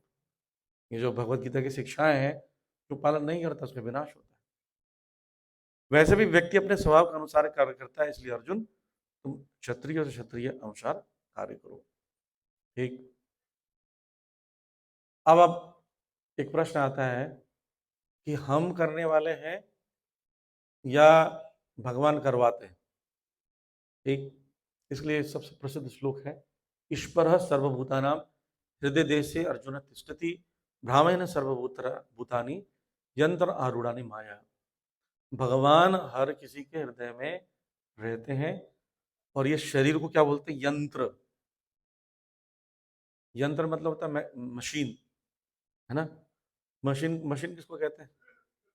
मशीन का डेफिनेशन क्या है? अगर आप कोई, आपने किसी कोई इंजीनियरिंग किया है, इंजीनियरों को पता होगा मशीन किसको कहते हैं। मशीन का मतलब होता है फ्यूल, किसी भी सोर्स जो भी फ्यूल डालें उससे वर्क डन निकलेगा और exhaust, that is machine. Right. कोई ना कोई वर्क डन निकलेगा, जैसे अभी एसी चल रहा है, इसमें इलेक्ट्रिसिटी डाल रहे हैं और यहाँ से वर्क डन मिल गया, क्या मिल गया? लोड मिल गया, कूलिंग लोड मिल गया, और पीछे से गर्म हवा निकल रही है, वो एग्जॉस्ट हो गया। अब कार है, मशीन है, इंजन है। इंजन में क्या सिस्टम होता है? हम उसमें क्या डालते हैं? फ्यूल, थर्स्ट मिलता है, मूवमेंट मिलता है और एग्जॉस्ट निकलता है। हम भी ऐसी मशीन है, भोजन करते हैं, एनर्जी करते हैं, कोई एक्टिविटी करते हैं और हमें एग्जॉस्ट, हम लोग मलमूत्र त्याग देते हैं। मशीन है। और इस मशीन पर यंत्र आरूढ़ानी माया, भगवान इस पर बैठे हुए हैं। परमात्मा यहाँ पर आत्मा को बैठा दिया ड्राइव एज ए पैसेंजर, और भगवान इस शरीर को चला रहे हैं। मैंने एग्जाम्पल दिया था आपको ओला उबर का। आपको कोई पूछता है आप कैसे आए, बोले गाड़ी से आया। नो सर, आपसे इच्छा की आपको कोई लेकर आया, उबर वाला लेकर आया, आप खुद नहीं आए, आपने सिर्फ डिजायर किया था, स्विफ्ट डिजायर बुकिंग की, गाड़ी आ गया, आपने डेस्टिनेशन डाला, पिकअप पॉइंट डाला, बैठे और आपको लेकर आए। तो ड्राइवर जो हो गए वो भगवान हो गए, गाड़ी जो है बॉडी है, और आप पैसेंजर हो। ये बात बोल रहे हैं, भ्रामायण सर्वभूतानि यंत्र आरूढ़ानि माया। तो हमारे डिजायर्स को, हमारी इच्छाओं को पूरा करने के लिए भगवान इस मशीन से हमारे डिजायर को पूरा करते हैं, इसलिए हम करता नहीं है। ठीक है। इसलिए भगवान बोल रहे हैं कि तुम परमात्मा के शरण में जाओ। अब बोल रहे हैं मैंने, अब इस श्लोक में भगवान पूरी भगवत गीता कंक्लूड करने जा रहे हैं। बोले हैं मैंने तुमको सब बता दिया, इति ज्ञानम अख्यातम गुह्यतर गुह्यात गुह्यतरम मया। मैंने गुह्यतर, गुह्यात और गुह्यतर दोनों बता दिया। ठीक। यथिक शिक्षित तथा करो, तुम जो करना करो। एक्चुअली किसी को उपदेश देने के बाद यही बोलना चाहिए। ज्यादातर हम कंसल्टेशन देते क्या बोलते हैं? मैं जैसा बोल रहा हूँ वैसे करना। नहीं नहीं, आपने उपदेश दिया, ज्ञान दिया, हमारे भाई आप जैसे इच्छा देख, हम तो बता दिए, इसको बोलते डिटैच। ठीक। अब भगवान बोल रहे हैं, लेकिन मैं एक मिनट, मैं इसके साथ में बोनस देना चाहता हूं। सर्वम गुह्यतमम भूया शुरू में परम वचः। लेकिन मैं तुम्हें एक स्पेशल ज्ञान बताने जा रहा हूँ, नॉलेज जो मैंने किसी को नहीं दिया, हे अर्जुन मैं तुम्हें देने जा रहा हूँ। तो ये दो श्लोक अपने जीवन का लक्ष्य मानना जो बताने जा रहे हैं, मोस्ट इंपॉर्टेंट श्लोक है, पूरी भगवत गीता का सार है। दो श्लोक, दोनों सार है। उसमें से एक तो सुपर, इसको बोलते हैं बीज श्लोक बोलते हैं। ठीक। क्या है? मन मना, पीछे बोल सकते हैं, मन मना भव मद भक्तो मध्याजी माम नमस्कुरु माम अवश्यसि सत्यम ते प्रतिजाने प्रियोसि में। तो भगवत गीता का सार ऊपर लिखा है, भगवत गीता का सार ये श्लोक। बोले मन मना मतलब मुझ पे अपना मन लगाओ। बोले ये बहुत मुश्किल काम है, क्या बोल रहे हो, हमारा मन तो कहीं और कहीं नहीं लगता है, आप पे कैसे लगेगा। भव मत भक्त दो, मेरा भक्त बनो, मेरा भक्त बन सकते हो, भक्तों की एक्टिविटी करो। बोलो भी टफ है, इतना मेहनत कौन करेगा। मत याजी, मेरी पूजा करो कम से कम। बोले हाँ, तो भी मन मन मन से कर रहे हैं हम लोग। बोले माम नमस्कुरु, मुझे नमस्कार कर सकते हो। हाँ, ये तो कर सकते हैं नमस्कार। और जैसे ही नमस्कार करोगे इंटरेक्शन होगा, आप जिसको प्रणाम करते हो, हेलो हाय करते हो, रिलेशनशिप बिल्डअप होता है। फिर वापस चलिए नमस्कुरु से मत याजी, पूजा करोगे, फिर उसका भक्त बनोगे, फिर अपने आप मन लगने लगेगा। भगवान ये सीक्रेट तरीके से बता रहे हैं। और बोल रहे मैं कसम खा के कर रहा हूं, प्रति जाने प्रियोसी में, सत्य बोल रहा हूं, मैं सच बोल रहा हूं, अगर तुम ये करते हो तो तुम मुझे प्राप्त करोगे। ये चार चीजें जो कर रहा है, भगवान में मन लगाता है, भगवान का भक्त बनता है, भगवान की पूजा करता है और नित्य भगवान को प्रणाम करता है, भगवान बोलते हैं मां में विश्वसी, वो मुझ पर प्राप्त होता है। मैं शपथ लेके कर रहा हूं बात, प्रति जाने में। ठीक। तो बोले लेकिन मेरे पाप का क्या होगा, मैंने इतने सारे पाप किए। हमें लगता है ना कि आप क्या पाप माफ कर दोगे। भगवान बोल रहे हैं यस। फिर से बोलिए मेरे पीछे, सर्वधर्मान परित्यज्य मामेकं शरणं भज, अहम त्वाम सर्व पापेभ्यो मोक्षयिष्यामि मा शुचः। अहम बोले सर्व धर्मान परित्यज्य, सभी धर्मों को त्याग दो। यानी उसका जो फीलिंग, कौन सा धर्म, मैं पिताजी हूं, मैं माँ हूं, मैं पुरुष हूं, मैं स्त्री हूं, ये सब की जो फीलिंग है इसको त्याग दो। कर्तव्य करो, कर्ता का जो भावना है उस धर्म को त्याग दो। क्या करो, माम एकम शरणम व्रज, मेरे ही एक शरण में आओ। और क्या करो, ऐसा कर दोगे तो अहम त्वाम सर्व पापेभ्यो, सारे पाप को नष्ट कर दूंगा। भगवान बोल रहे हैं मां सोचा, डरने की जरूरत नहीं है, गारंटी दे रहा हूं। कोई गारंटी दे सकता है ऐसा, भगवान के अलावा कोई नहीं दे सकता। भगवान बोल रहे हैं इसलिए ज्यादा मत सोचो, मेरी शरण में आओ, मेरा भक्त बनो, मेरे शरण में आकर आओगे तो सब आपको नष्ट कर दूंगा। तो एक्चुअली ये भगवत गीता का लास्ट श्लोक है, और इसके बाद भी श्लोक है जो कंक्लूजन देते हैं, वो हम लोग चर्चा करेंगे फास्ट में। बोलते हैं, भगवान बोलते हैं मैंने तुम्हें ज्ञान बता दिया ना, इदम ते ना तपस्काय ना भक्ताय कदाचन, ये दूसरों को मत बताओ, जो श्रद्धालु नहीं है ना, गीता ज्ञान उसको नहीं देते। इसलिए हम लोग पहले रजिस्टर करते हैं, बुलाते हैं, मंदिर आओ, उनको शिक्षा देते हैं। लेकिन अगर आप किसी को शिक्षा देने जाओगे, हो सकता है आपका अगेंस्ट बोल दे, आप बोलोगे भगवान का भक्त बनो, बोले मैं नहीं बन रहा, और हो सकता है वो निंदा भी कर दे। तो भगवान बोल रहे हैं कि उसको उसको शिक्षा मत दो। किसको दो, भगवान बोलते हैं भक्तों को। ये दम परमम गुह्यम मद भक्तेषु अधिशास्ति। तो इसलिए हमारे आचार्य, हमारे फाउंडर आचार्य श्रील प्रभुपाद जी कहते हैं कि आप गीता दे सकते हो लोगों को, जो लेना चाहता है। हरे कृष्णा, ये गीता का संदेश दे रहे हैं भगवान, जो गीता 5000 साल पहले कही, तो गीता प्रिंटेड फॉर्म में आपके लिए लीजिए। तो क्या बोलेगा, नहीं चाहिए, निंदा तो नहीं करेगा ना, उपदेश उपदेश दे नहीं रहे हो। ले रहा तो ले लेगा, इसका ले लेगा, इसका मतलब कहीं ना कहीं डुवोटी है, और उसको पढ़ता है तो अच्छा महान भक्त बन सकता है।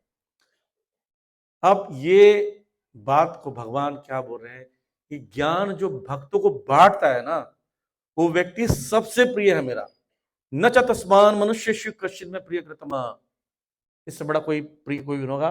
भविता न च में तस्मान अन्य प्रियतरो भुवि, इससे कोई भी प्रिय कभी बनेगा ना, बनेगा ना, बना था। समझ रहे हो, जो गीता का ज्ञान दूसरे को देते हो ना, तो भगवान के प्रिय बन जाते हो, गारंटी है। अच्छा जी, ये तो हमारा फायदा हो गया, ठीक है, और इसको पढ़कर दूसरे का फायदा हुआ है क्या, बोले हाँ। क्या फायदा हुआ, अध्यक्षते चयम इमम धर्मम संवादम अवयव, जो इस ज्ञान को अध्ययन करता है, ज्ञान यज्ञ न तेनम इष्टम श्यामिति में मति, वो अपनी बुद्धि से मेरी पूजा करता है।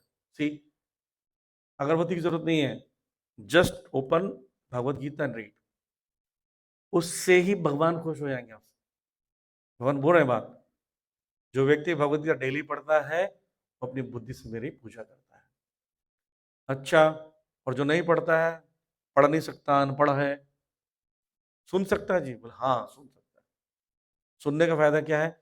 श्रद्धावान अनुसूयश्च शृणुयादपि यो नरः, क्या होगा? मुक्त शुभान लोकान, वो मुक्त होकर कहाँ जाएगा? शुभ लोगों को जाएगा, जो ध्यान पूर्वक बिना ईर्ष्या के सुनता है।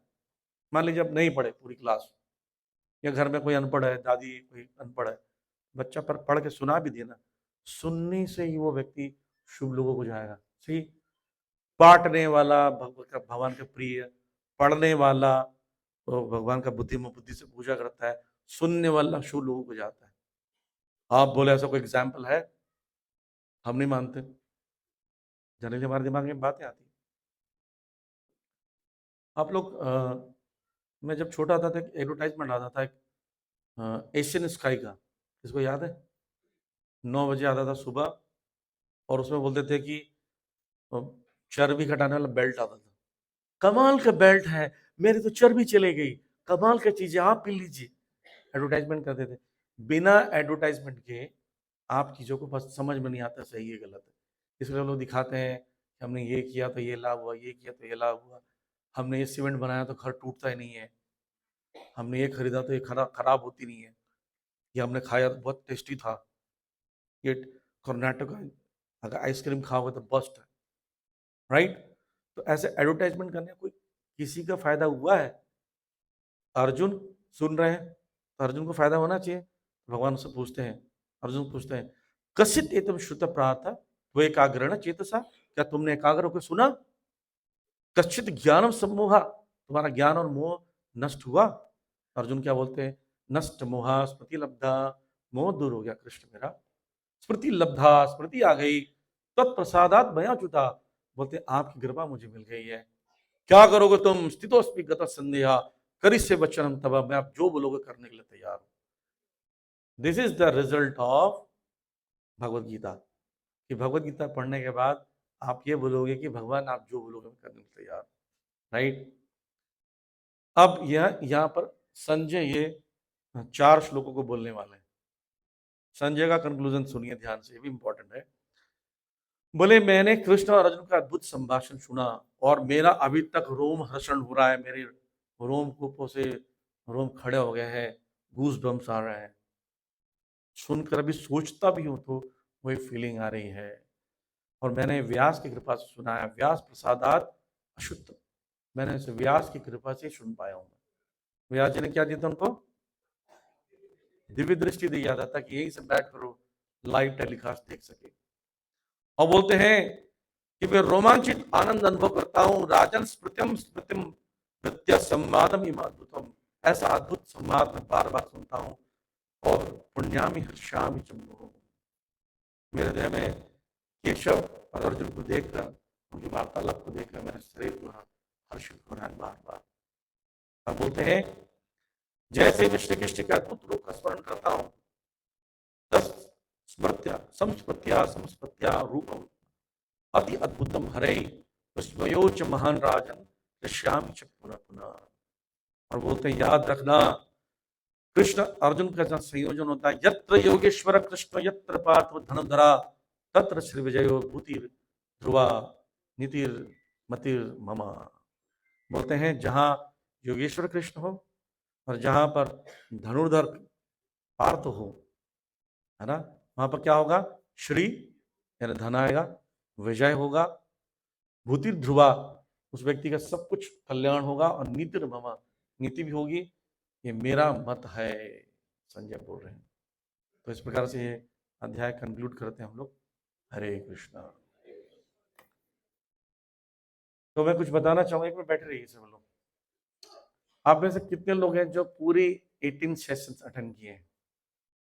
अटेंड कर पूरा, चलिए सब लोग नहीं कर पाए, कितने लोग कम से कम 10 किए? 10, वेरी गुड। तो हम लोग उनको सर्टिफिकेट्स तो देंगे, ठीक है? तो मैं ये बताना चाह रहा हूँ कि इस सेशंस के बाद हम लोग डिग्री इन भगवद गीता प्रारंभ करने जा रहे हैं। अभी हम लोग चैप्टर वाइज पढ़ रहे थे ना, अब हम चैप्टर वाइज चैप्टर को भी चर्न करेंगे। हम क्या करेंगे, 11, 8 ऐसे श्लोक लेंगे, उसको डीप अंडरस्टैंडिंग करेंगे। थोड़ा टाइम लगेगा, ये 18 सेशन में हुआ तो ज़्यादा सेशंस लगेंगे, लेकिन आप उस भगवत गीता को जब वैसे हम पढ़ाने जा रहे हैं, अगर वैसा पढ़ लिया आपने तो पूरी भगवत गीता समझ में आ जाएगी। नो डाउट कृष्ण की कृपा चाहिए, आचार्यों की कृपा तो चाहिए ही, लेकिन जो हम लोग प्रयास करेंगे कि 11 श्लोकों में दुर्योधन क्यों बोल रहे हैं, इन जैसे अभी 4 श्लोक अभी देखे हम लोग, 6 श्लोक जो थे संजय ने कहा है, इसका क्या मतलब है, इसके पीछे हमारे पूर्ववर्ती आचार्य क्या बोलते हैं, रूपा जी क्या बोल रहे हैं, उनके तात्पर्य को भी चयन करेंगे और प्रेजेंट करेंगे आपको, और ज़्यादा अंडरस्टैंडिंग से पढ़ाएंगे। थोड़ा सीरियस क्लास होगा, अब एकदम नए लोग भी जुड़े थे इसमें, तो हम लोग इतना ज़्यादा डीप नहीं गए, और एक ही दिन में एक अध्याय पढ़ रहे हैं तो ऑलमोस्ट इम्पॉसिबल है।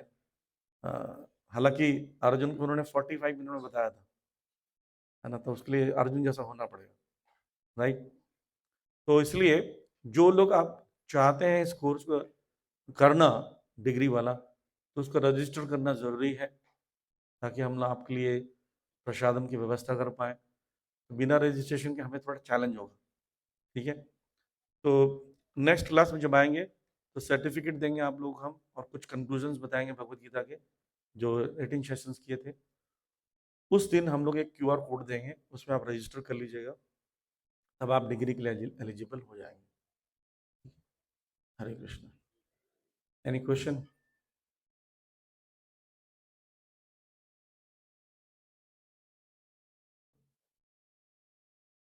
बैठे रहिए अभी थोड़ी देर,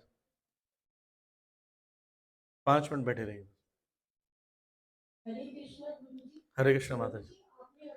पहले तो मैं गुरु जी नहीं हो, अब मुझे, हाँ प्रभु जी, आपने अभी भी बताया ज्ञान यज्ञ और तपस्या का जो फल है उसको नहीं त्यागना चाहिए। हाँ, तो फिर अगर हम नहीं, फल नहीं त्यागना चाहिए, ज्ञान यज्ञ और तपस्या ये करना त्यागना नहीं चाहिए।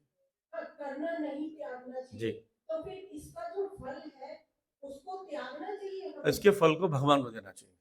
अच्छा, हमें इसके फल को त्यागना चाहिए, ये चीजें हमें नहीं त्यागना चाहिए। हाँ, अच्छा ठीक है। प्रभु जी एक बात बताओ, जैसे कृष्ण जी 16 कलाएं निपुण भगवान है, राम जी में 14 कलाएं हैं, तो कृष्ण जी में कौन सी 2 कलाएं ज्यादा है राम जी के अलावा?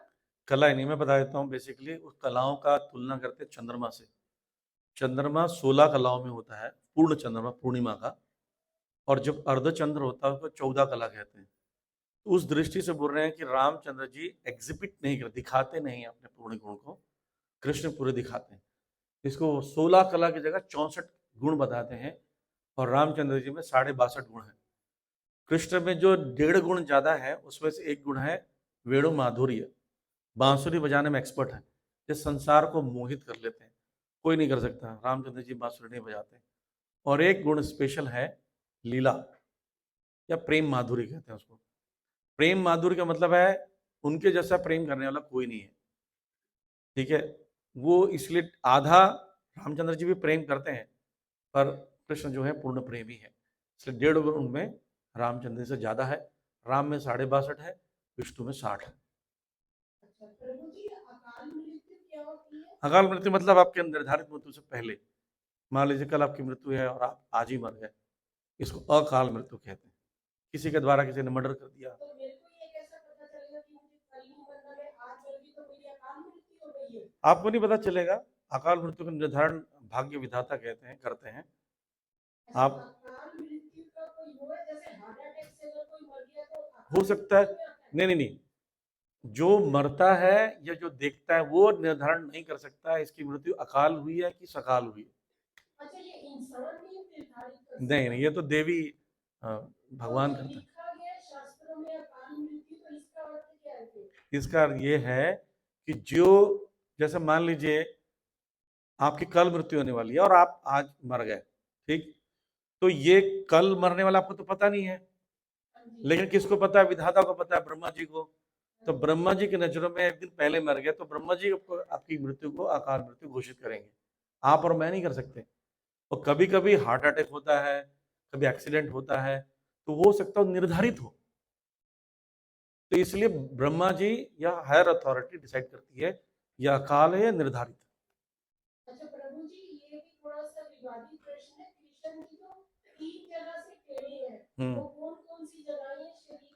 गर्दन है, बांसुरी बजाते हैं, गर्दन, कमर से पैर, जहाँ पैर में त्रिभंग ललित बोलते हैं उनको, तिरछा से पैर रखे हुए ना पैर को, तो वहां से भी टेढ़े हैं, कमर से भी टेढ़े हैं और गर्दन से भी टेढ़े, त्रिभंग ललित। इस इसका आंसर मुझे सही मिल गया तो मुझे लगेगा मेरा दूसरा जन्म हो गया। प्रभु जी मुझे ये बताओ कि आजकल की कलयुग की दुनिया है या जो आजकल का समय चल रहा है, इसमें पैसे की वैल्यू ज्यादा है या इंसान की वैल्यू ज्यादा है? नहीं, देखिए, ये तो देखने वाले की दृष्टि है ना। अभी भौतिक संसार में आज इंसान की वैल्यू को कम करके के पैसे वाले की वैल्यू कर रहे हैं, क्योंकि रजोगुण से व्याप्त है लोग, ठीक। लेकिन शास्त्रों के अनुसार हमेशा मनुष्य शरीर का वैल्यू हमेशा होता है, राइट। लेकिन अभी भौतिक संसार के लोगों का भावना ऐसा हो गया है कि व्यक्ति मर जाए पर हमें पैसा चाहिए। तो फिर ये तो गलत है ना? गलत है बिल्कुल। ये कलयुग का प्रभाव, कलयुग का प्रभाव है। कलयुग का प्रभाव, अगर मैं ये सोचूं कि इंसान की वैल्यू ज्यादा है पैसे की नहीं, तो आपके सोचने से पूरा संसार तो बदलता नहीं है। तो फिर मेरी पीठ पीछे अगर कोई मुझे ये बोले कि ये पागल है, तो वो पागल है। मैंने इस बात का उत्तर जब 50 लोगों के सामने दे दिया ना कि इंसान की वैल्यू ज्यादा है, तो उन्होंने मुझे पीठ पीछे पागल बोला है। कोई बात नहीं, वो पागल है, उनको पागलों को क्षमा कर दीजिए। आप सबसे ज्यादा बुद्धिमान है।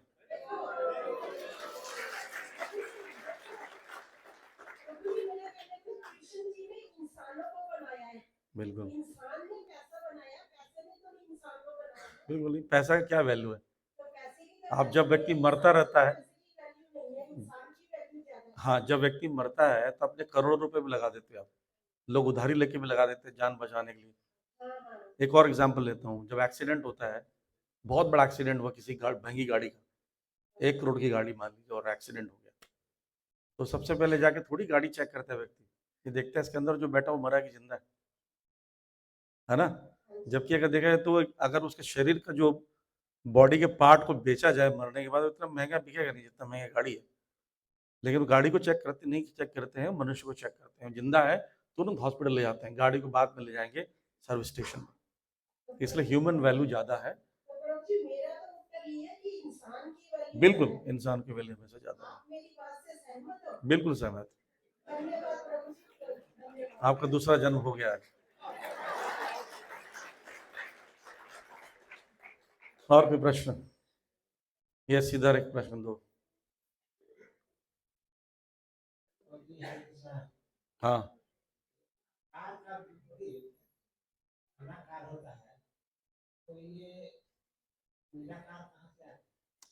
मैंने एक्सप्लेन किया था, किसी आकार, कोई आकार, जैसे ये यहाँ रोशनी है, इसका आकार नहीं है तो इसको अनाकार कहेंगे, राइट। और भगवान निराकार है, मतलब जैसे हम सबका आकार है, जैसे भौतिक वस्तुओं से मिलकर आकार बनता है, वैसे भगवान का आकार नहीं है, भौतिक वस्तु से मिलकर उनका आकार नहीं बना है, इसलिए उनको निराकार कहते हैं। प्रभु जी 18.65 और 9.34 इसमें क्या डिफरेंस है कि मन बना और क्योंकि दोनों का फर्स्ट लाइन सेम है, सेकंड लाइन में डिफरेंस है। यहाँ पे भगवान कसम खा के बोल रहे हैं कि प्रति जाने में मैं ये प्रण लेके कहता हूँ कि ऐसा करने पर मेरे पास आएगा, ये गारंटी दे रहे हैं यहाँ पर श्लोक में। हाँ,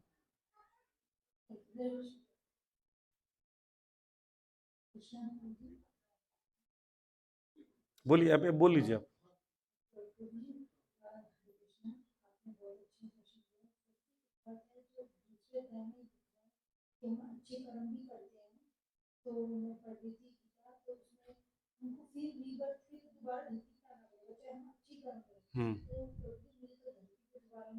बहुत अच्छी, अच्छा है। भगवान के लिए कर्म करो, जैसे पुण्य कर्म और पाप कर्म। पुण्य कर्म शास्त्रों में अपने लिए फायदे के कर्म को पुण्य कर्म कहते हैं, और शास्त्रों के विपरीत अपने फायदे के लिए इसको पाप कर्म कहते हैं। दूसरे का नुकसान हो गया उसको पाप कहते हैं, फायदा अपना ही हो रहा दोनों में, तो दोनों कर्म को त्यागना है हमें। अब कृष्ण के लिए कर्म करना है, जैसे कि मैंने एग्जाम्पल लिया था सोल्जर जो होता है देश के लिए लड़ता है तो उसको परमवीर चक्र मिलता है और कोई हत्या का पाप नहीं लगता, राइट। इसलिए भगवान के लिए कर्म करोगे तो आपको कोई दोष नहीं लगेगा और दोबारा जन्म नहीं होगा। हाँ, उसको भोग लगा के दाना डालिए, बस स्पिरिचुअलाइज कर दीजिए। आप चावल लाइए, भगवान ठाकुर जी को भोग लगाइए, खिलाइए, तो पक्षी क्या बनेंगे? प्रसाद पाएंगे, अगला जन्म मनुष्य को मिलेगा, भाग बनेंगे।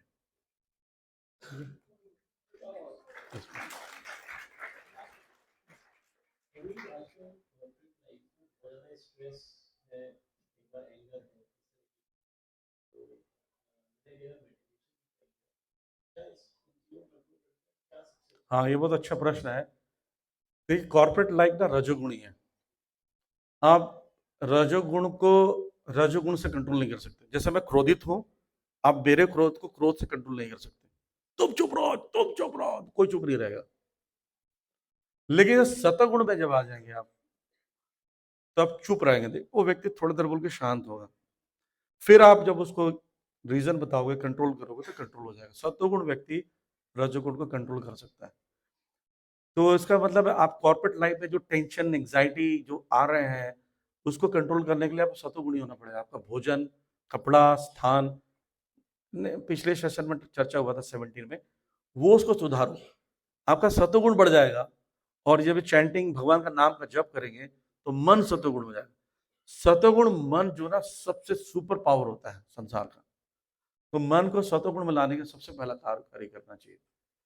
जब तक आप अपने आप को सत्वगुण में नहीं ला रहे ना, तो रजोगुण का प्रभाव जल्दी पड़ेगा, एक्चुएट कर देंगे। जैसे देखना, कुछ लोग जल्दी गुस्सा होते हैं, कुछ लोग देरी से होते हैं, कुछ लोग बिल्कुल गुस्सा नहीं होते, क्योंकि उनमें रजोगुण की मात्रा अलग अलग होती है। कामेश क्रोधेश रजोगुण समद्भवा, तीसरे अध्याय में 27 श्लोक में बोल रहे भगवान। काम और क्रोध का रीजन रजोगुण है, रजोगुण का सोर्स है। इसलिए रजोगुण को कंट्रोल करो। रजोगुण को कंट्रोल करने का तरीका क्या? रजोगुण को फूड देना बंद कर दो। किसको फूड दो? सतगुण को। तो सात्विक चीजें करना, जल्दी उठना, सादा भोजन करना, स्वस्थ कपड़े पहनना, स्नान समय से करना, बातें, व्यवहार, स्थान, वस्तु, ये सब सतगुण का करने लगेंगे, सतगुण बढ़ जाएगा। फिर आपके यहाँ क्रोध अपने आप कंट्रोल हो जाएगा। ओके, प्रभु जी एक लास्ट क्वेश्चन है।